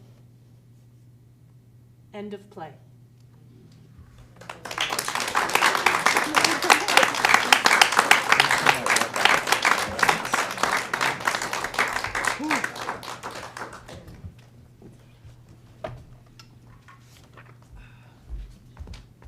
Hello, my name is Courtney. I've had the pleasure of being the dramaturg on this show, and we now have the great privilege of being able to share our responses to the play in order to further its development. So Leah is here. Leah is right there. Yes. And Leah and I and Betty have come up with several questions that we are going to ask you, and we are also asking the cast to be a part of our discussion today. So all of you, please feel free to share your voices to answer the questions. In our discussion today, we are not trying to fix this play or to rewrite this play. That is Leah's job. We want to give Leah our responses so that she can move the play forward for its next iteration, and hopefully we can see this staged. First question. I want you to take a minute, turn to someone next to you or a few people next to you, and share with one another. What are you left with? What are you feeling? What images, moments, lines, things are standing out for you? What's happening inside? So share with someone next to you, and then we'll share out. So take a minute and chat with one another about that. I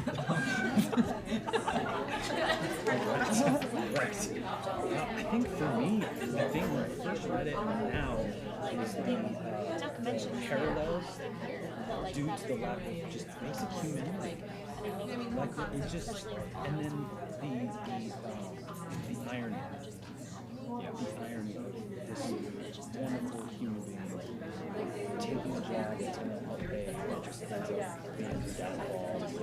Yeah, it's completely destroying it. I was telling somebody else that to me, it was like, it was almost like a Twilight Zone episode, or like Black Mirror. Like you give people these really crazy circumstances, things that, it's like a warning almost to society. To me.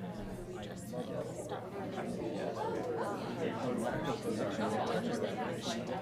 Replace things instead of fixing them. Such a powerful. I don't know. Which is like, it goes back to Gail being daughter, and then if she would have just put up, because you've seen this, I feel like, I don't know, correct me if I'm wrong, but like, all of these interpretations get upset, she's so quiet. You understand something.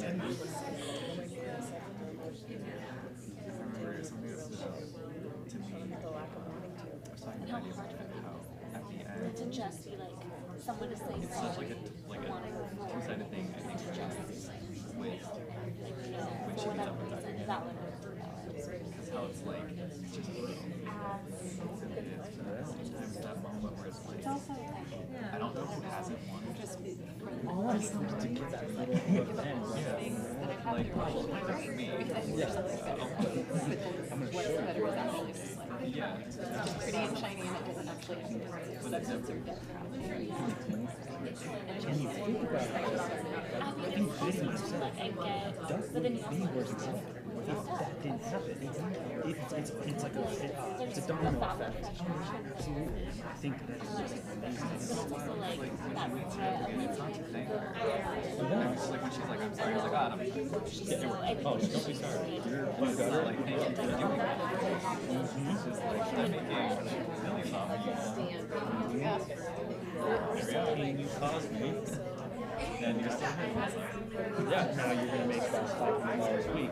The pain I'm going to cause you. All right, finish your thoughts. Awesome to hear the bubbling of conversations. What did people hear? You can either share something you heard from the people you were talking with, or you can share what stood out for you. What are you sitting with? Images, lines, moments. We talked about just like the cycle of pain and regret, and how it's so hard to break that wheel of just trauma, and how if you don't face things head on and deal with your pain, then it's just going to keep coming back to you. Yeah, thank you. Thank you. This wheel of trauma that we see throughout. Yeah. The line about disposability. Yes. The disposability of things Of everything. and people. Yeah. Yeah. People particularly. Yeah. what happens, in a world where everything's disposable. Yeah. The disposability. I really appreciate that the topic of disposability, it's introduced so early with the idea of the couch from the Salvation Army. I thought that was really cool. What's resonating for me, because I can't quite go to the last scene yet, because I'm still in a little shock that this character chose this path, but I'm sitting here saying, I'm thinking about Mama in that last breath, and she was still there, and her decision not to break the pattern by hanging up is sitting with me hard, of making that choice to say, no, I don't want you back in my life, of choosing a level of authenticity where everybody else is living a fake life right now, or is choosing not to be authentic, but Mama didn't, because she hung up the phone and say, no, I'm not going back to that hurt. That's a pattern breaking thing to me, and I'm still sitting with the last. This is something that we kind of touched on right at the end, but like doing the easy thing, where, especially in that last, her mom hangs up, and instead of like letting it breathe for a minute and like, okay, well maybe I can try again later, she just takes the easy path and goes to somebody else, to find something that's not real, but it feels better, even if it doesn't feel as good as it could if she had let it sit for a little bit, instead of she like found the easy fix. Something that I was left with now, the second time reading this, is, to me, this is like a warning to humanity, right? I was thinking of like Twilight Zone, right? Of like, this is a warning, especially the disposability and the line, I mean, if everything can be replaced, if everyone can be replaced, then we don't try to fix anything. So where are we going if we can just replace people and things? Are people now just material to us? And I just find that as like a warning. The line that stuck with me the most, both the first time I read it and then again during the reading, like smacked me in the face, was, I'm living truthfully under imaginary circumstances. Because that just feels like every damn day. And like stated in such a way that like, I mean, I could have spent the rest of the time that we were sitting here like diving into what that means for me walking through the world. And that was like scene 2. Not to mention the rest. So that line in particular really hit. Thank you. Betty, you talked about just the emotional wallop, and that we didn't expect to tear up, to go and feel so deeply. We weren't ready. It's like this, and you're already engaged. I keep getting stuck on, throughout the play, there's this vilification of sex work, and they're waiting for like a sex positive moment anywhere here, but emotional prostitution has been normalized. So why is it that we keep pushing sex? That's the problem. That's the line not to cross, but all these other lines are okay. As human beings. But on top of that, I'm gonna piggyback off of that. That level of emotional intimacy, it's not just disposable, but it's purchasable.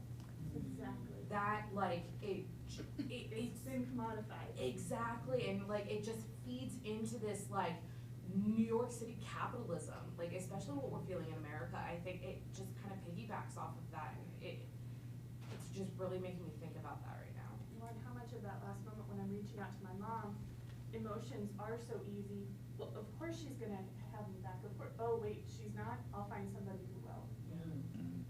Well, even to piggyback off all of that, as actors who are like playing actors within an acting moment, how the line between audience and performer now is very much you hear a lot now, especially in modern times, just shut up and do your job. You're an actor, you're expected to just play a part, be disposable, in theater, in performance in general, and just even how the audience interprets you, how the audience interacts with you even afterwards, that they feel like they own you, like because they bought the ticket to come see the show. And you look at famous people, people like he can't even go to Walmart because people think that they have rights to him, to touch him, to approach him, to talk to him, to harass him, and like even just kind of having that little, just kind of that call to reality of like these people, you're purchasing their art, but you don't own them. And what is humanity and what is art? And calling our attention to that even in the midst of participating in that process. Yeah. I think what stuck with me the most was, especially in the ending, reflecting the conversation between Ani and her boss about Gail reaching out and the daughter might hang up. And then, especially when you think of relationships that are always supposed to show up for you, like you think of her mom's just gonna accept her and take her back no matter what she's been through in the last few years. And that sometimes there is that pressure to show up and sometimes you just can't show up for people. And when Ani was like, well, maybe the daughter will at least pick up the phone and maybe they can have a conversation around it, and like that instilled hope.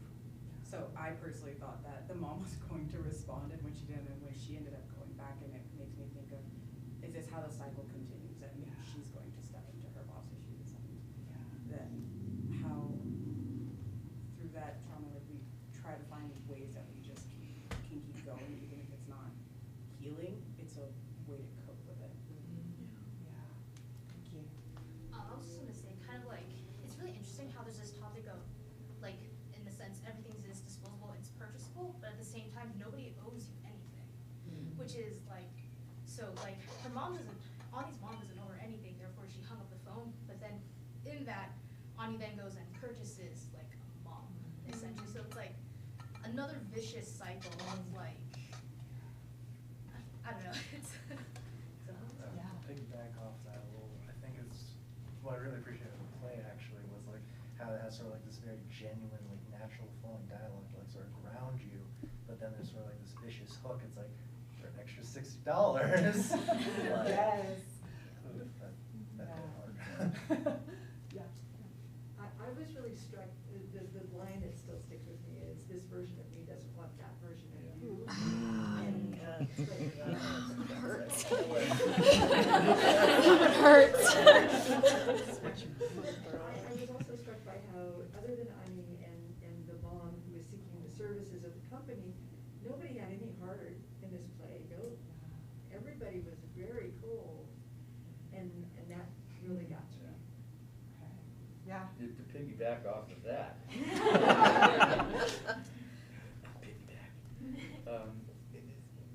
The problem of taking the intimacy of familiarity for granted, and then having to come back and buy it because you realize that, what I had is gone. I may not want that anymore. And then Ani, only wanting to be back, the old adage of, the grass on the other side is always greener. A lot of times it's green only because they spray painted it.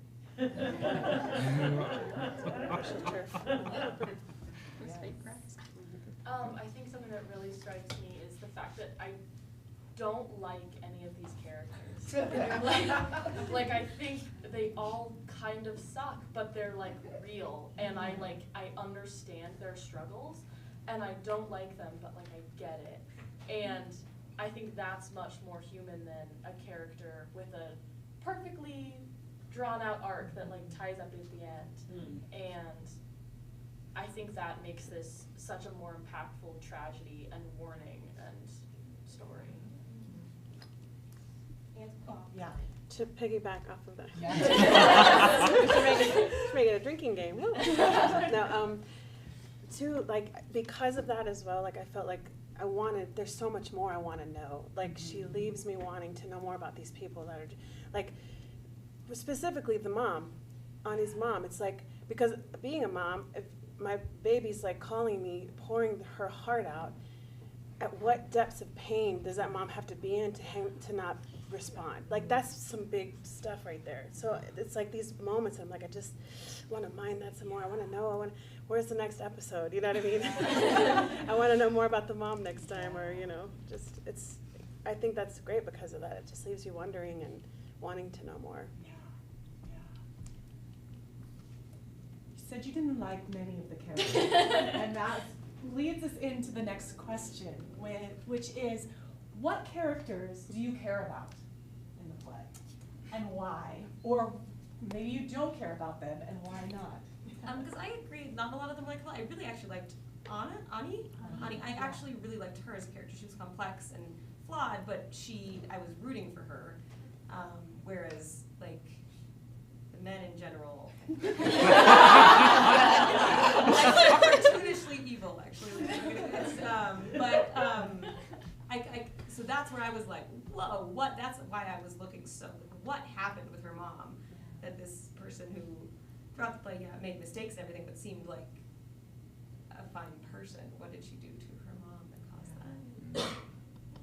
So there was something in Ani that you cared about, you wanted more, you were drawn into others. Yeah. I actually had the opposite reaction, where I was looking at Ani and I feel for her, and at the end, like, her ending breaks my heart and I'm tearing up thinking about it. But at the same time, I feel like she set those relationships up in the way that she decided to handle things. So, like, when Camo tried to get to know her and she's like, oh, I have to stay with professional and I have to do it this way, and I'm gonna put one foot in and one foot out, and I'm not entirely committed, and this is business but also personal. And then also with Duck, like, you can go, I want other people, like, not even being fazed by the fact that he's leaving.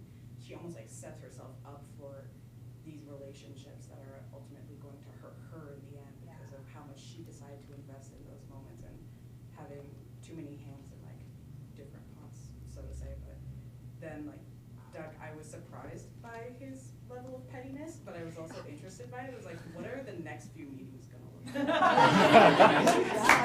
Does she have a therapist?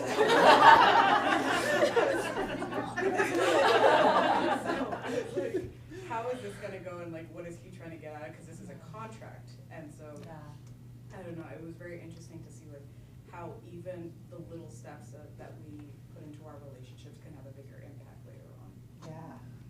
And that connects to another question that we've been talking about. We can continue with characters, but the question's around relationships. And what in these relationships resonated with you? What made you curious? Or, what resonated with you? Well, Sierra and I were talking about how there's just so much expectation. Like, everybody was expecting something from one another and assuming, like, so quick to judge. And I think that's really interesting because even as an audience member, you're expecting something different to happen and it goes the other way. So it's like all this expectation. We're gonna go here, and then here, and then there. Right. I just want to say, like, I thought it was interesting because how I think Ani mentioned, she's like, I'm helping people, I want to help people, and technically she helped Camo Gray, like, to kind of discover himself, but it wasn't helped in the way that she was expecting, going off the expectations. And then there was her boss who was like, I'm not your therapist, I'm not your mom, unless you pay me, I'm not doing any of this. So it kind of like, it's just kind of that thing where it's like the human thing where you're like, you want to help other people, but at the same time, like, if you aren't prepared for the disappointment, it's just, I don't know, again, it's really painful to see because that's kind of like, it just snowballed on Ani. And this kind of one-sidedness that relationships can have. That, you know, I know I've been in that. Where like, this is what it is. You're kind of blindsided by it. I think just characters and expectations. The fact, well, we went away to Aruba, so that means that we're committed, and you can't have your own sexual freedom because we haven't. I'm assuming we're locked down. You're committed to me. We're going to be exclusive. This is the first time he's exploring his sexuality. Why is that? And I'm ready to root for him, and then he's like, oh, I paid for you for it. Damn it. We're so a non-toxic masculine moment, and oh wait, the fact that you're sleeping around automatically makes you a scumbag too. You can't just be sexually liberated as a male. Darn it. Cece, I mean, we'll come to you. I wanted to circle back to the character question really quick, because I think that this also feeds into the relationships. But something that I find really interesting is how strong of opinions everybody in this room has about the characters. And I say that specifically because these are good written characters, because they are so incredibly flawed that you are rooting for someone, or you're like, fuck that dude. Like, you know what I mean? There isn't just somebody in the show that you're like, that guy was fine. I didn't really like him, whatever. Like, no, everybody's got like these really complex characters of like, ooh, I really like this, or I really don't like that, but I get where they're coming from. I see how we got from point A to point B, and I think that that's really powerful in the way that the characters were written, because I don't see that in scripts very often right now, and that's what makes this really unique to me, is how character driven this is, but how complex and flawed these characters are, and how intriguing that is to every audience member. Yeah, and I mean, I agree with that point too. I think it actually sort of goes into sort of your point that you're making of like, for that sort of whole topic of like, oh, sexual like relations and whatnot, it's just like, there's a conversation that needs to happen of like, and I think that's sort of the point. It's like, he's sort of like bouncing off this character and like, oh, I'm opening up to like this person that I thought I wanted, but he was addressing a different problem I didn't even recognize. And that the play actually sort of goes into sort of that depth in the sense of like, I don't know, like, he got something out of it, but not what other characters were expecting. And I think that's sort of an interesting dynamic of this sort of like, this sort of going, you expect a direction and then go somewhere else, but it all sort of flows, and if you look at it from back forward, like, it all makes sense and flows together quite well. So just like 2 quick things. I mean, I actually love all of these characters for different reasons, because I think that they are so human and so flawed that I see pieces of them in people and within myself that like I've experienced, the people that I love dearly, because no one that I love dearly is perfect. Like, I've had a Camo in my life, I've had a Duck in my life, I've like, you know, I feel like at times I was Ani, and like sometimes in my journey right now I am the agent. Like, it's just, and you know, there's, you know, the mom is just, you know, that heart-wrenching, like, just desperation to get someone back into your life that you just, you do anything. Like, we've all been there in some capacity, so I think that's like so interesting to have within characters. I think that's why it makes you think and like love them and get mad at them, because you have gotten mad at people in your life for those exact reasons. And then what is like just curious to me, and something that I was thinking about throughout, is that Ani is always leading with questions, but not necessarily the hard questions. She's asking the New York Times article like 36 questions to fall in love. And then from these answers, she's making up her own expectations, but she's not digging deeper to get to the real truth of Camo. Like, she assumed we're in Aruba, we're in love. She supposedly had asked him all these questions that, like, they knew each other, but she's not asking the real questions from the people in her life. Like, the ones that matter, the ones that get to, like, the core of that person, because sometimes that's not, you don't get the answer that you want from that. So I feel what I've noticed through her journey is that leading with those questions, but never making up the answer that she thinks she wants, just like trying to lead the life that she thinks she wants, and in the end, it's all these assumptions that got her there.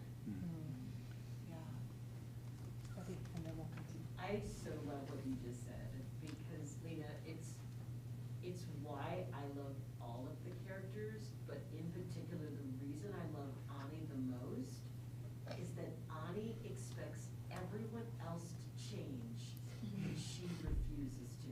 Yep. And I think that's so human, and it just delights me, because it's the thing that we despise the most about other people, while other people are also despising that about us. And I love that. So I love you talking about the questions, but that the questions aren't actually leading us to the places they should be, because we don't actually want to change. I think it's a character thing. So the agent, when she started, when you started upselling, I just went crazy. My whole body went nuts. I've been an entrepreneur for 36 years, and I've seen a lot of upselling, and so that's probably why it got to me. The second thing is I lived in New York in the mid 70s, and what's frightening is that I could see the trajectory, so this is not out of the realm of reality, and that just even now just makes my whole body crawl. And that the play is set in the near future, which means if it was that in the 70s and you're feeling the reverberations now, what is to come? Yeah. I'd love to name a character. You'd love what? To name a character thing. Yeah, please. So I cannot stand Duck. And to Cece's point, it's not because he's not well written or like bores me, but like I swear to you, every time he comes on stage, I'm just like, God, when are you leaving? I hate you so much. And I don't usually have that reaction to characters. Like even with Camo, I'm like, no, like there's so much here. Like I love this person and I hate this person, and like there's just so much to deconstruct. And with Duck, I'm just like, fuck you. That's really all I have to say.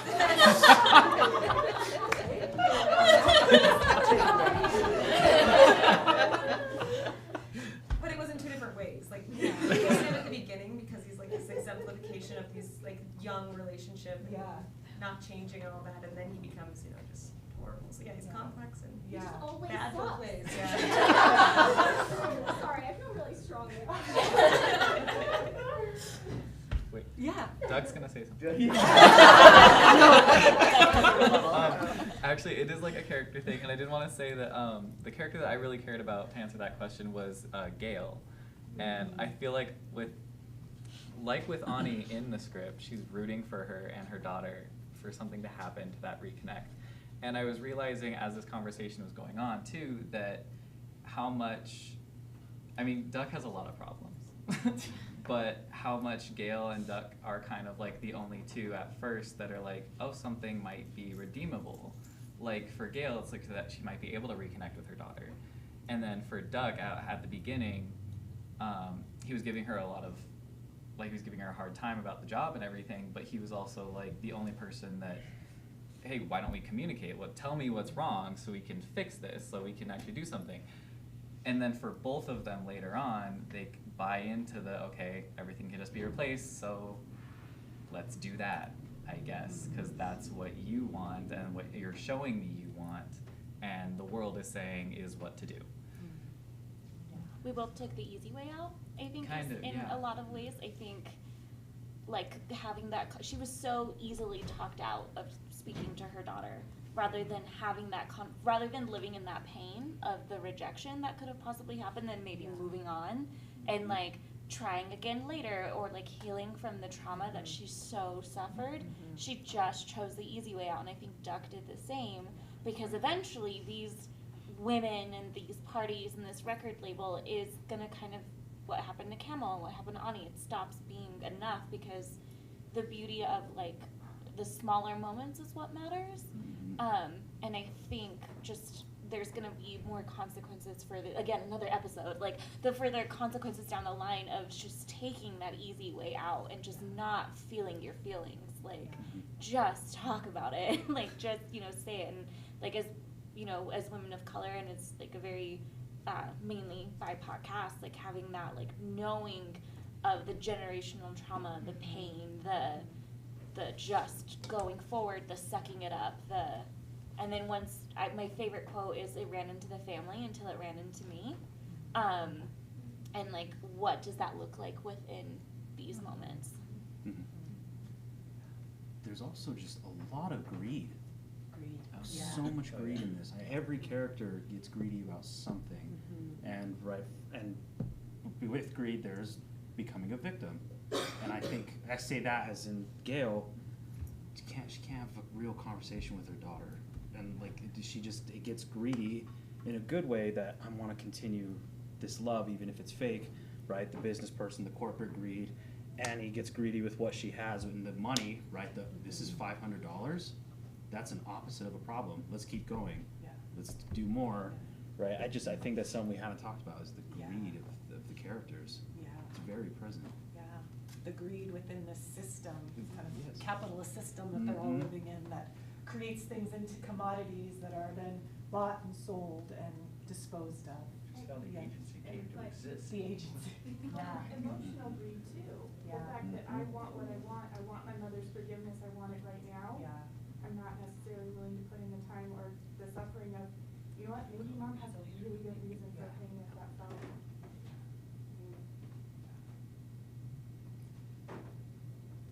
3 weeks from now, what are you going to be thinking about from this afternoon? How much therapy I need.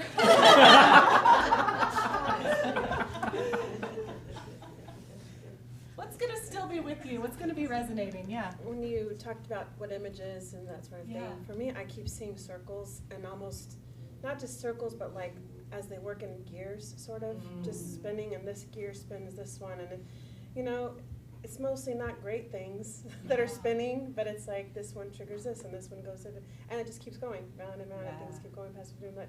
And I think that's what's going to stay with me, just that image of circles and gears just constantly moving. As the eternal optimist, I hope Ani goes for that next audition. Yeah, I think what's gonna stick with me is like how everyone's like, how this entire play kind of acts like as a warning, and all I'm seeing is the fact it's just like, it shouldn't be a world where you just have to fend for yourself. Like clearly each of these characters feels very alone, which is why they don't have a proper support system.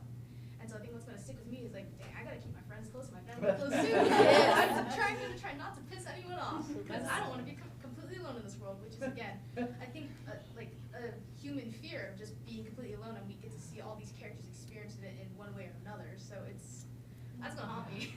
Yeah, I think to piggyback off of that, definitely that individualistic thinking and behavior is so ingrained into all of us, and as someone who grew up in like a collective culture and with like a collective group of friends, like even these two down are kind of like low-key my adoptive parents, and that your support system can grow, but also that you have to be okay with being vulnerable and relying on the support system and challenging the support system. So like you don't have to not piss anyone off, but also that I think a lot of the pain could have been avoided if just from the get-go Ani said, I'm working with Camo. Like this is what we're doing, and opening up that conversation. But again, like you guys said, the easy way out, we think we're avoiding the hurt, but maybe we're just pushing it to a later date, and it's snowballing in the meantime. Yeah, we're over here. I think vulnerability is what sticks out for me. I feel like this show is very much, like, to piggyback what everyone else is saying, is the consequences of not being honest with yourself, not necessarily even just with the people around you, but just like within yourself and what you want out of life and what you want from other people, and having that conversation, and that just what are moments in my life that I could be more vulnerable, and even if it doesn't work out perfectly the way I want it to, at least I tried, and then I'm gonna keep being vulnerable, because if not, then you just get hard, and it's just not worth it after. And then why have a collective? Why have a community if you just aren't gonna let anything or anybody in, and you're gonna put your expectations on other people? Yeah. Thank you. I wanted to also talk about the vulnerability and what was said about community. And one of the things that I think is just going to keep sticking with me is also that line where, like, this version of me isn't the one that wants you. And I think it really ties into that, where if you have that vulnerability and that support system, then if you can communicate it and you can work on that new version with someone or within that community, so that when you get to that version that you think is right for you, you're not shutting everyone else down to do it.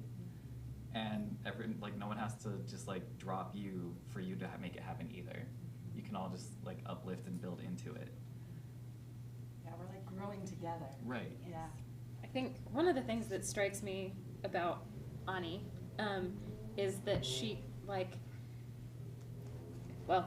in what will come away from this is just appreciating and nurturing what you have.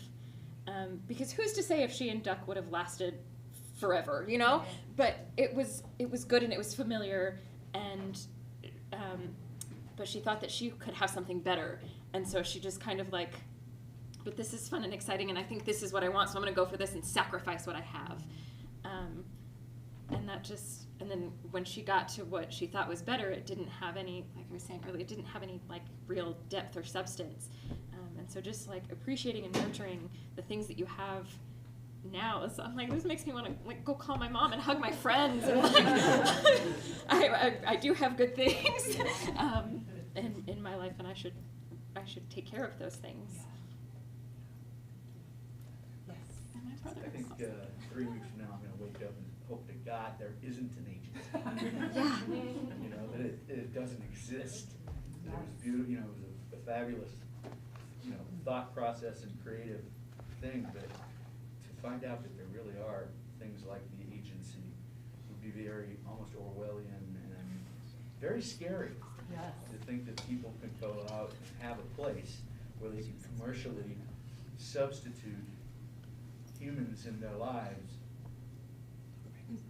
you know, for somebody else's financial gain. Yeah. And that somehow the person doing, you know, hiring the agency, I mean, there's got to be something there that says this isn't real.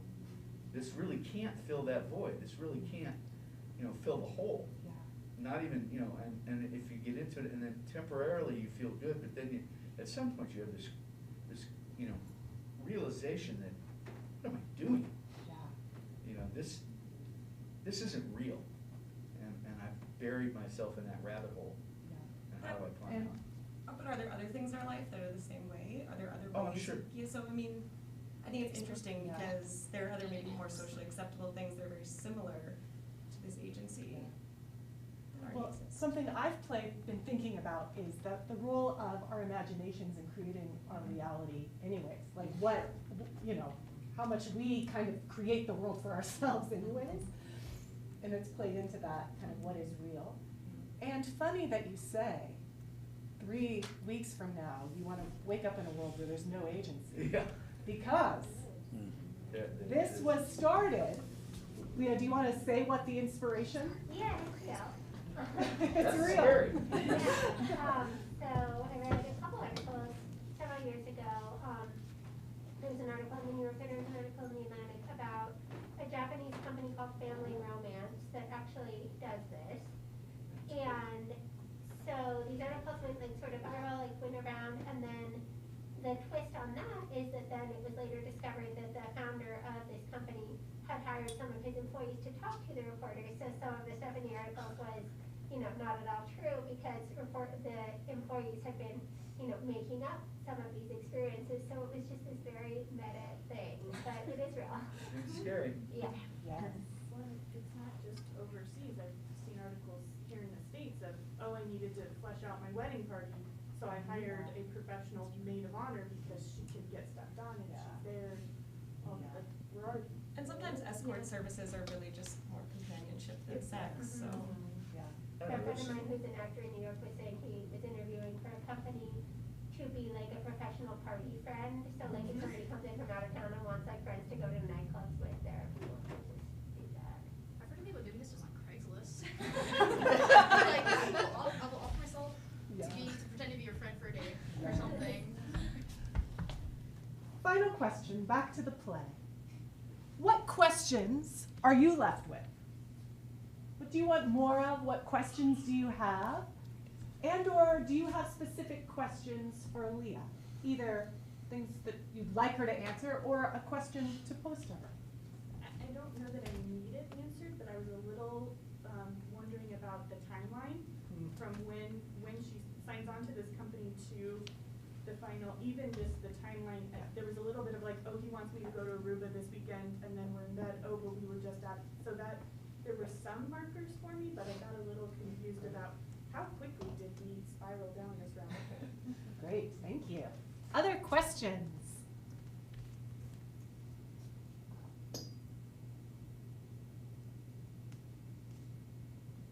I'm sort of curious about the relationship between Ani and Jenica, because it seemed like there's like a taste of like maybe Ani can actually trust Jenica as like a mentor and then in like the next scene that they have together, she's like, I'm not your mom, I'm not your therapist. But it was like she opens up about like, I have been poor, and there was a time in my life when I was like, I had to get on the tracks to get my food, and I can relate to you, and we can be kind of on the same level. And then the next scene, it's like, I don't actually care about you as a person.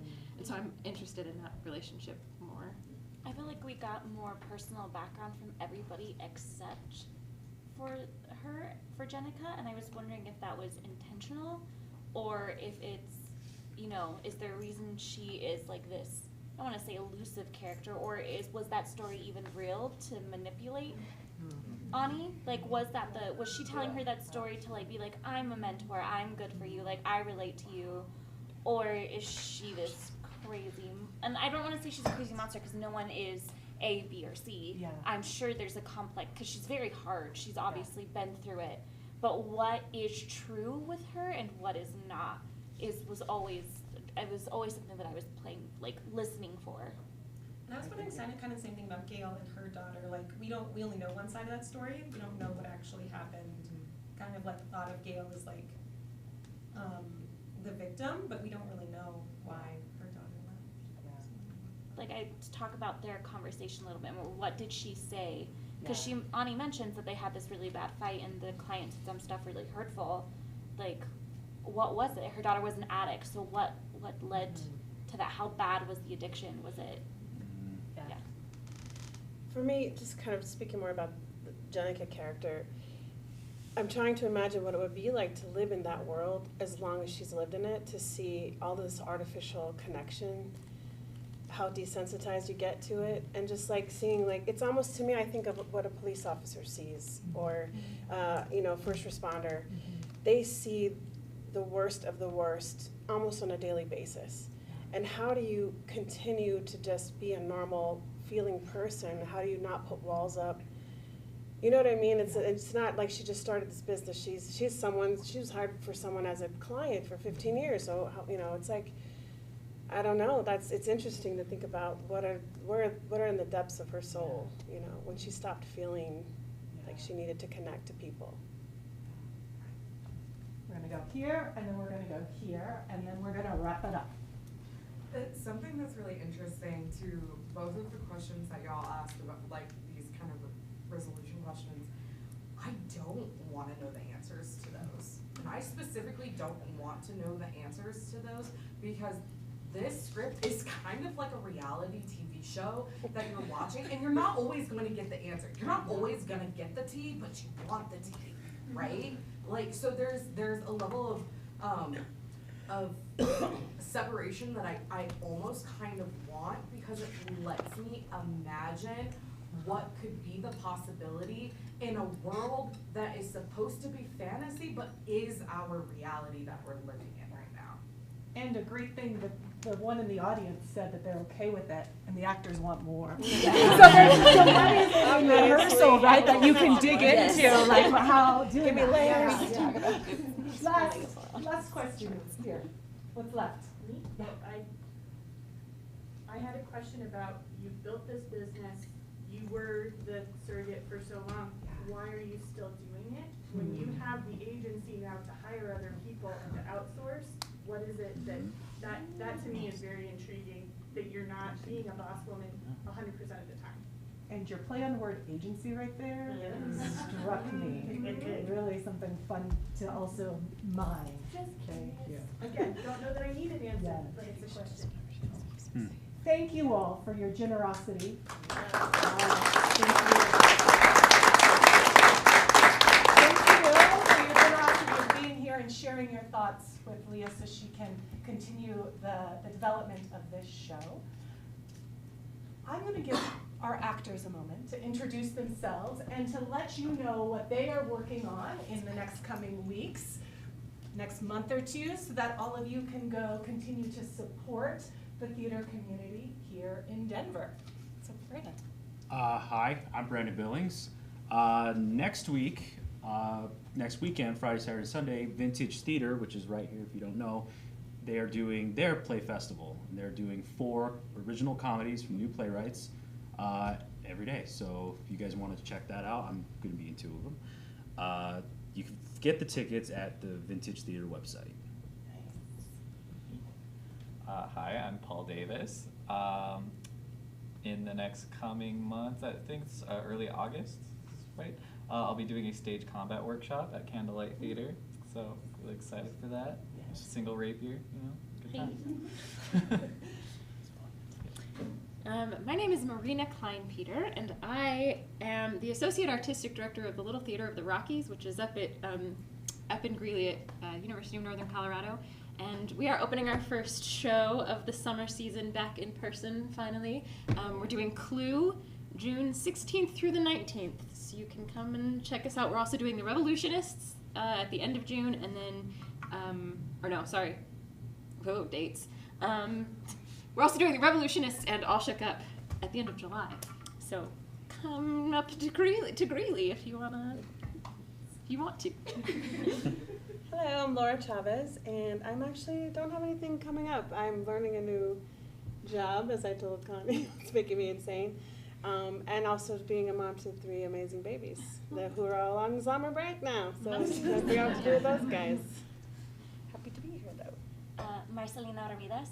I am traveling next week, so if anyone happens to be in California next weekend, to perform with my dance team with the Letitia Hardy Dance Company. We are performing at the Queer Afro-Latin Dance Festival in San Jose. We got invited. It's our first year. Amateur team, which is the team I'm on, we will be performing our salsa number. And then if you are interested in taking dance classes and you happen to be in Colorado Springs, it's an Afro-queer-owned studio by Letitia Hardy, and she's incredible. So if you want to learn some salsa or some mambo or bachata, we're the ones to come see. And then I am also the artist in residence for the Colorado College Mobile Arts Program. I will be doing poetry performance this summer, talking about and educating the community on missing and murdered Indigenous women, specifically in Colorado. And then you can also pick up a deck of cards that we will be passing out to the community that have the names and faces and case files of missing women of color in Colorado. So if you like the CC Mobile Arts page on Instagram or on Facebook, there'll be a list of days that we will be doing the readings, and you can come hear about these women who do not get attention in the media but sorely need your help.